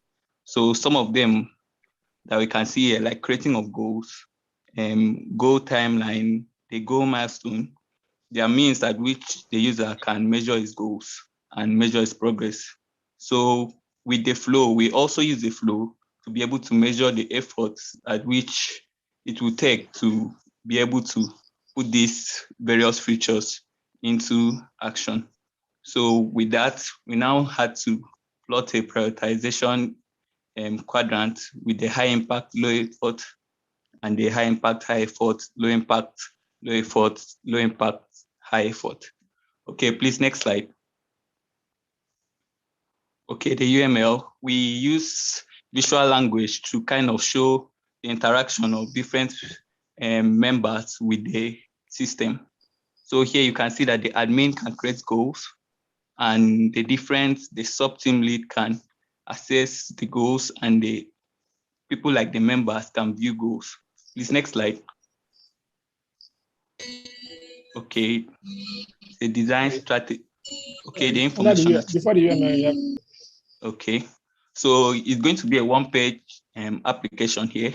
So we are going to have on the landing page, the goals will be there, the folders will be there, which could be used by drop down to close, the notifications will be there, and then the reports for the user to be able to print, and then messaging. Okay, next slide. Okay, you can continue. Okay, thank you, Otibe. So the last, this slide is talking about the design strategy.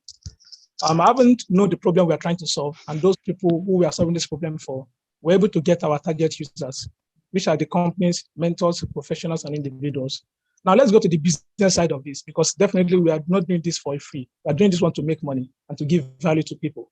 How do we know if this thing can scale?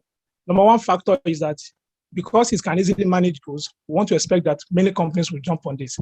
Automation of reporting, less time and more results. So all these factors make us believe that yes, this application can actually scale because of the solution it's bringing at a very cheap cost. Now, our issues.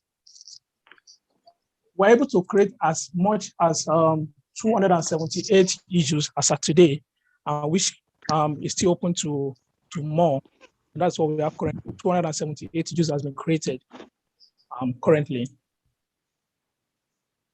So the next stage of this process will be our wireframe, which our UI UX designer are already working on it. But currently, we don't have that for this presentation, but we are already working on it. Thank you very much. Thank you, Plato. Does anybody have any question for Team Plato or any comment or addition? Please, you can stop sharing your screen. In the meantime, nobody has any comment for them. Team Downwind. Are you guys ready? Team Downwind. Hello, Team Downwind. Where are you guys? If they are not ready, please let Flutter Desktop take over. Green. Hello, can you hear me? Flutter Desktop, are you ready? Team, who is Darwin, ready? are you ready? Who is ready? Flutter desktop, we are ready. Oh yeah, No, start. Flutter, hold on. Sorry. Flutter, hold on. I heard a voice. Who was that before? I'm Jumoke from Team Darwin. All right. Are you Shoot then. ready? Yes, Costco is presenting for King is presenting for us. He's ready. All right. Go ahead.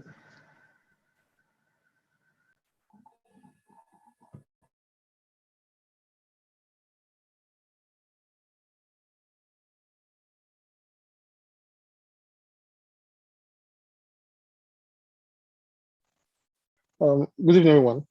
So I'm presenting Team Darwin. My name is King. So our plugin is the company important deadline plugin. So give me a second, please. So the project brief.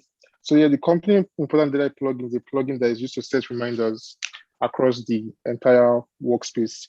So teams and members, they can come across or come along and create reminders on different things, be it events or tasks, or basically anything that they want to be reminded of. Administrators of the team or the workspace, they have upper rights to set tasks and events, and members also can also create like personal reminders. So the problem statement, so we actually this was something that was actually noticed in the current HNG Slack group, where most people were complaining about not being able to keep tabs on the information that was going around. So over half of the HNG interns, so most of them are actually new users of Slack. So they actually expressing concerns on the anonymity of information and prefer a simple tool to help navigate important deadlines. So coming to our user persona, so our personal one, so this is Kenneth Uchena, who is 30 years old. He is the CEO of a tech startup and looking for new ways to collaborate with clients through virtual meetings. So basically his goal, right, he wants an app that is already built that he can integrate into his company's communication channel, where he can just quickly set reminders on anything that he seems or deems that it's urgent. So sorry. So the solution that we came up with, is a simple solution that helps to translate all the concerns into a seamless, enjoyable experience. So the company imported the entire plugin. It notifies users and displays deadlines for assigned tasks without any fuss. So it's clean, clear, concise, and straight to the point. Solution 2 is an all-in-one powerful plugin that boosts productivity at the workspace through reminders of important deadlines. So basically, users can schedule when they want to get reminder on a particular thing, and they can also customize the reminders that they would love to receive. So the key features, right? You can create tasks, you can set reminders, you can also create events also. So basically anything that you actually want to be reminded about, it's a simple click of a button, you can create those reminders. So coming over to our information architecture, one second, please. So I hope you guys can see this. So this is the information architecture. So basically just like a little run through of what user would do. So this is like the main Zuri application over here, which is the home. So when they navigate to this plugin itself, they have options. So the user can create tags. Under the create tags, they can add like a title of what they are creating. They can also add tags. So tags are easy ways to sort out whatever thing you are trying to save. So you have your summary description. You can also add attachments, just in case you want to share important things with people also. Then Sorry, administrators. Can you zoom? Yeah. I don't think, because it's kind of like a PNG file. Okay, so, go. Okay. So users can also get assigned to a particular event or a task by a team member or by an administrator, and from there they can set reminders. So you also have different status of whatever task or event that was created. So you have the to-do section, in progress, the upcoming deadlines, and basically like expired or past events. Then users can also like view profiles. So each profile has like a job title, the company name. This can be like the workspace name of the in quotes of this Slack group. You have your contacts, your team, and things that you're working on or you have worked on. So also users can be able to search. So they could search by filter by like their tags or whatever the tags team or events thing is. And the notification, they can also get, like I said, notification about whatever thing, schedule it anytime they want to schedule it. So this is the user flow. I don't know if you can see this. So this is user flow. So there are two user types here. You have the administrator over here and the basic user. So the administrator can actually perform code operations. So they can create, they can update a task, they can delete. Administrator can also like extend the deadline of an event or a task. They choose who to assign and who not to assign. Why the basic user just basically like they can just view what has been assigned to them, then report back to whoever assigned the task. So conclusion. So we went through a process of brainstorming as a team to understand the plugin tags. So at some point we realized that we actually shifted from the main focus or the main functionality of our plugin, which is actually meant to be like a reminder feature. So we had a quick review to correct it, and this has helped us it has helped put us in the right direction. And furthermore, we are constantly looking for feedback from mentors and our team members also. So thank you. That's it. Okay, thank you so much. I think there's no UI UX design for it yet.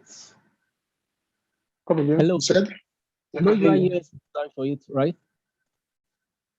Currently there is, but I don't think it's attached here. Okay, you can't show us now. No, I don't, because the design person is not available right now. All right. Any working link URL? Okay, I think there should be a working link, so I'll just try and grab it and send it to the chat right now. Okay, no problem. Then the next, I think. Please, do we still have any questions?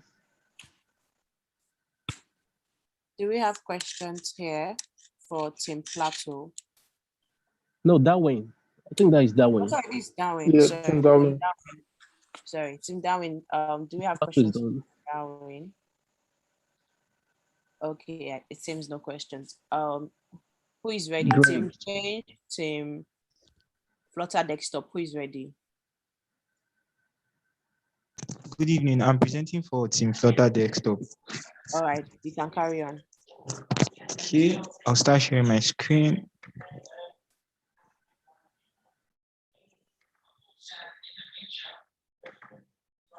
Yeah. Can you see the screen? Yes, we can carry on. All right. My name is Steven Obotu. I'm presenting for Team Flutter Desktop. The app we'll be building is just the desktop version of the Zuri main app. We will implement components such as sign up, login, for people to create workspaces, channels, and there'll also be DMs. We'll also integrate the plugins created by other teams to be displayed in the desktop app, and the app will be a cross-platform desktop app. The reason why we're building a desktop app is that it can provide a virtual office for organizations, and it's easier for people to work together. Like organizations will always have PCs for people to work with at the office. So it is very easy to install a desktop app on the office PC and use it. Keyboard shortcuts, screen sharing, it reduces distraction by mobile phones and provides more device option for users. And desktop app also offer better performance than web counterparts. The software architecture will be structured based on the stack architecture, having 3 layers: view models, and services. Everything that the user is going to see is going to be wrapped in the view layer as UI code, while the state and logic of the app will be managed by these view models. API service, like connecting with the ZC core will be managed by the service layer and other local database like shared preferences.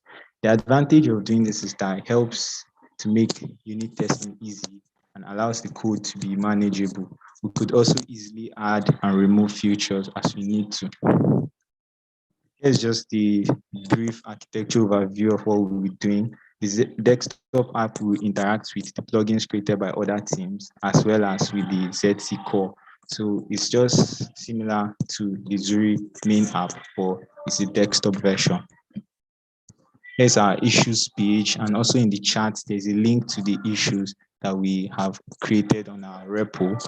We've also set up the repo with the basics of what we need to start the project, and we've worked on a little demo, which we've recorded a 20-second video of the demo. So here it is.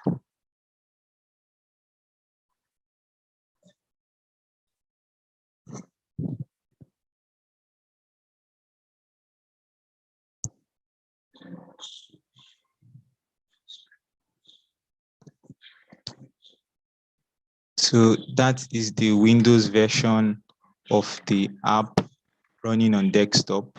Thank you very much. Any questions?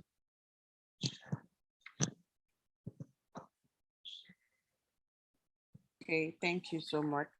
Does anyone have a question for Team Flutter Desktop? Yeah, sorry, I didn't see the issue on your GitHub. Okay, let me go back to that. The link is on the chat, but let me just go back to the slide.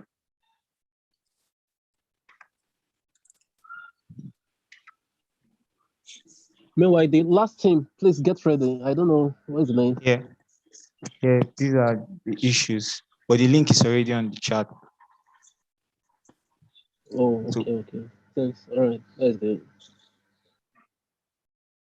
All right, you can stop sharing the slide. All right. Thank you very much. Okay. Thank you very much, Team Flutter Desktop. Is Team Grange here? Can we have Team Grange, the last team?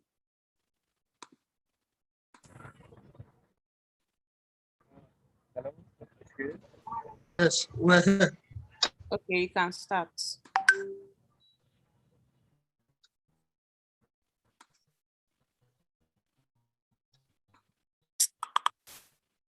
You can start, Team Grange. Oh, okay. I am just doing it now, and this is I want to share my screen. Okay, carry on.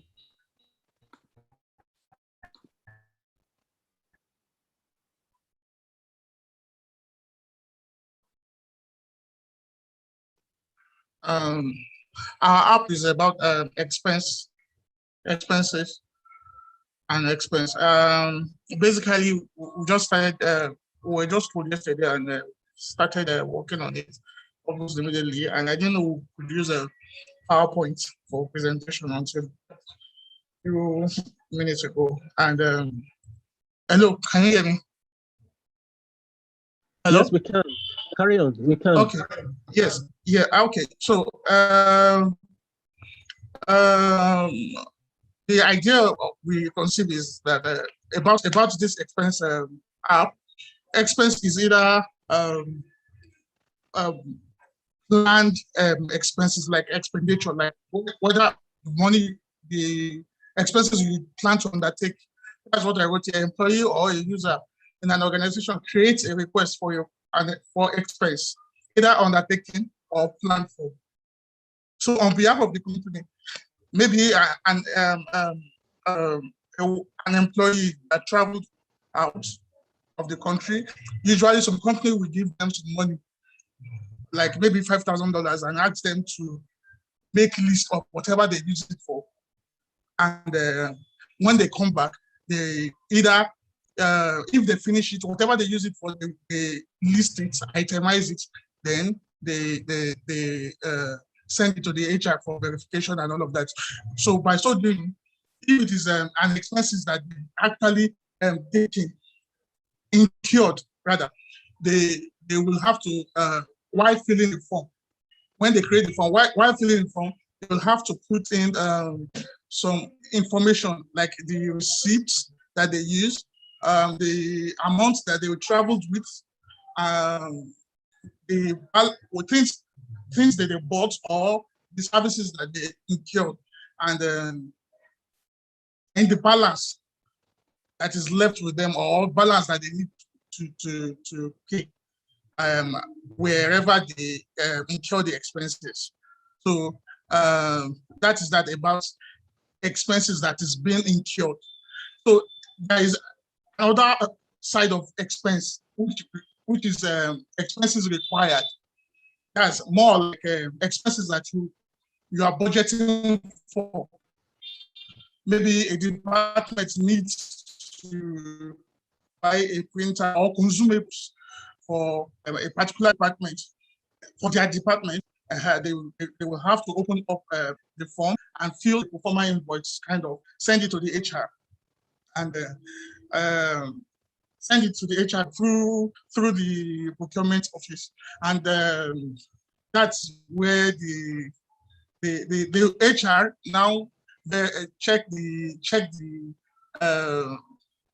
verify the information, then send the request to the finance, depending on whether the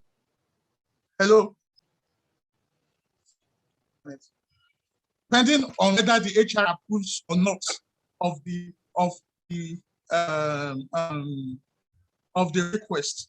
If the request is not approved, immediately the creator of the form, which the employer, the user, that's the employer, will receive a notification telling him about the status of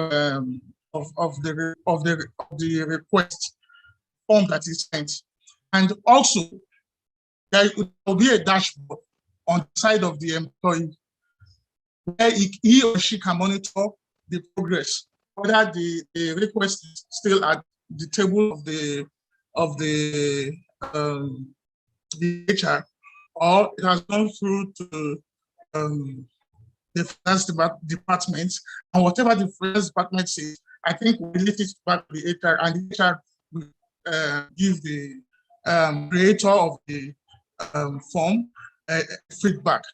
So based on this, we're able to create some other the user case. I think one of the guys will make that available now.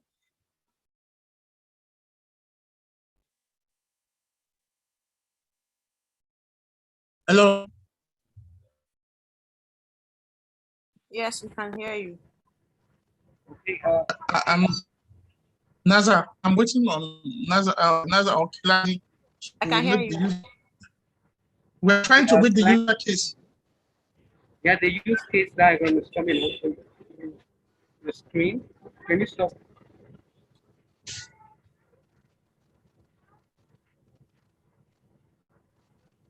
Hello, can you stop sharing your screen? Okay, sure.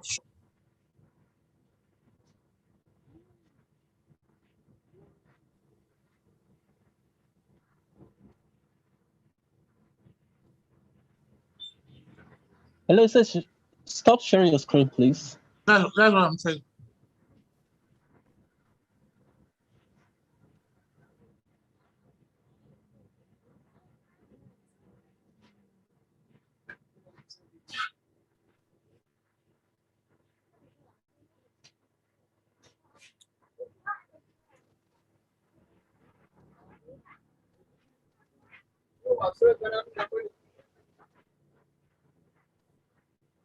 Okay, sorry to the glitch. So still on the Zoomy expense, this is how system architecture is going to be. We're going to be using the event system architecture. And for that, we have an activity diagram that shows how everything is going to be. So it starts first with the expense list creator. The expense list creator creates an expense list using the creator subsystem. We have 4 subsystems, all communicating with the Zuri main API. So the 4 subsystems we have are the list creation subsystem, we have the HR subsystem, we have the finance subsystem, we have the admin subsystem. So the user, that's the expense list creator, interacts mainly with the list creator subsystem, the list creation subsystem. When he creates an expense list, it gets sent to the HR department. The HR department subsystem sends a request to the Zuni AI API to notify the HR rep. First, it fetches the rep from the database, and then it sends a request through the Zuni main API to notify the HR rep. Once the HR rep is notified, the HR rep then modifies the expense list. The HR rep then modifies the expense list. After the modification is done, if it's approved, it sends a feedback via the Zuni main API back to the expense list creator, whether if his expense list was approved. If it was not approved, he also gets a notification via the Zuri main API telling him that his expense list was not approved. After approval from the HR department, automatically it moves to the financial department. So the same expense list moves to the financial subsystem. In the financial subsystem, the same thing happens. The financial subsystem rep is fetched from the database. After the rep is fetched from the database, a notification is sent via the Zuri main API to the subsystem rep, notifying the rep of the new expense list. The rep either approves or declines. When he approves, a notification goes back to the expense list creator, telling him about the status of his expense list. If it's declined, same thing, he gets a notification. Then we have the fourth component, which is the admin subsystem. This is in charge of creating or assigning roles to users of the system. So the admin typically will be the owner of the organization. Using the main API, he can fetch a list of all the users of the system. When he gets the list of all the users of the system, he then assigns either HR subsystem, HR rep role to them, or the finance role to them. Any rule that's created is stored in our local database. So I think this is the flow of the whole system, and this is how it should be. So thank you very much. Thank you very much for your presentation. I want to believe that's the last thing that just presented.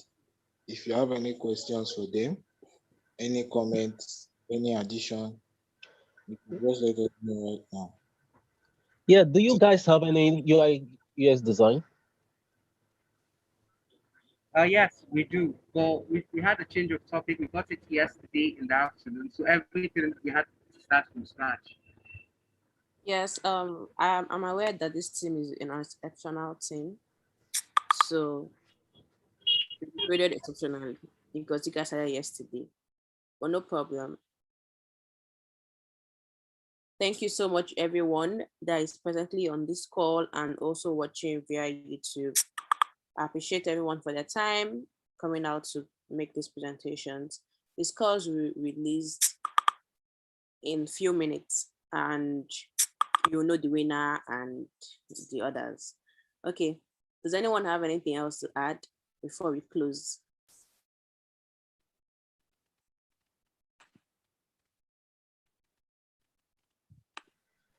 I think that's all. Okay, so thank you everyone and have a nice evening. Please, if you are a team lead, please submit your 60-member sheet. I'm waiting for it. It's almost 7. Thank you and have a good evening. Bye. Yeah, bye everyone.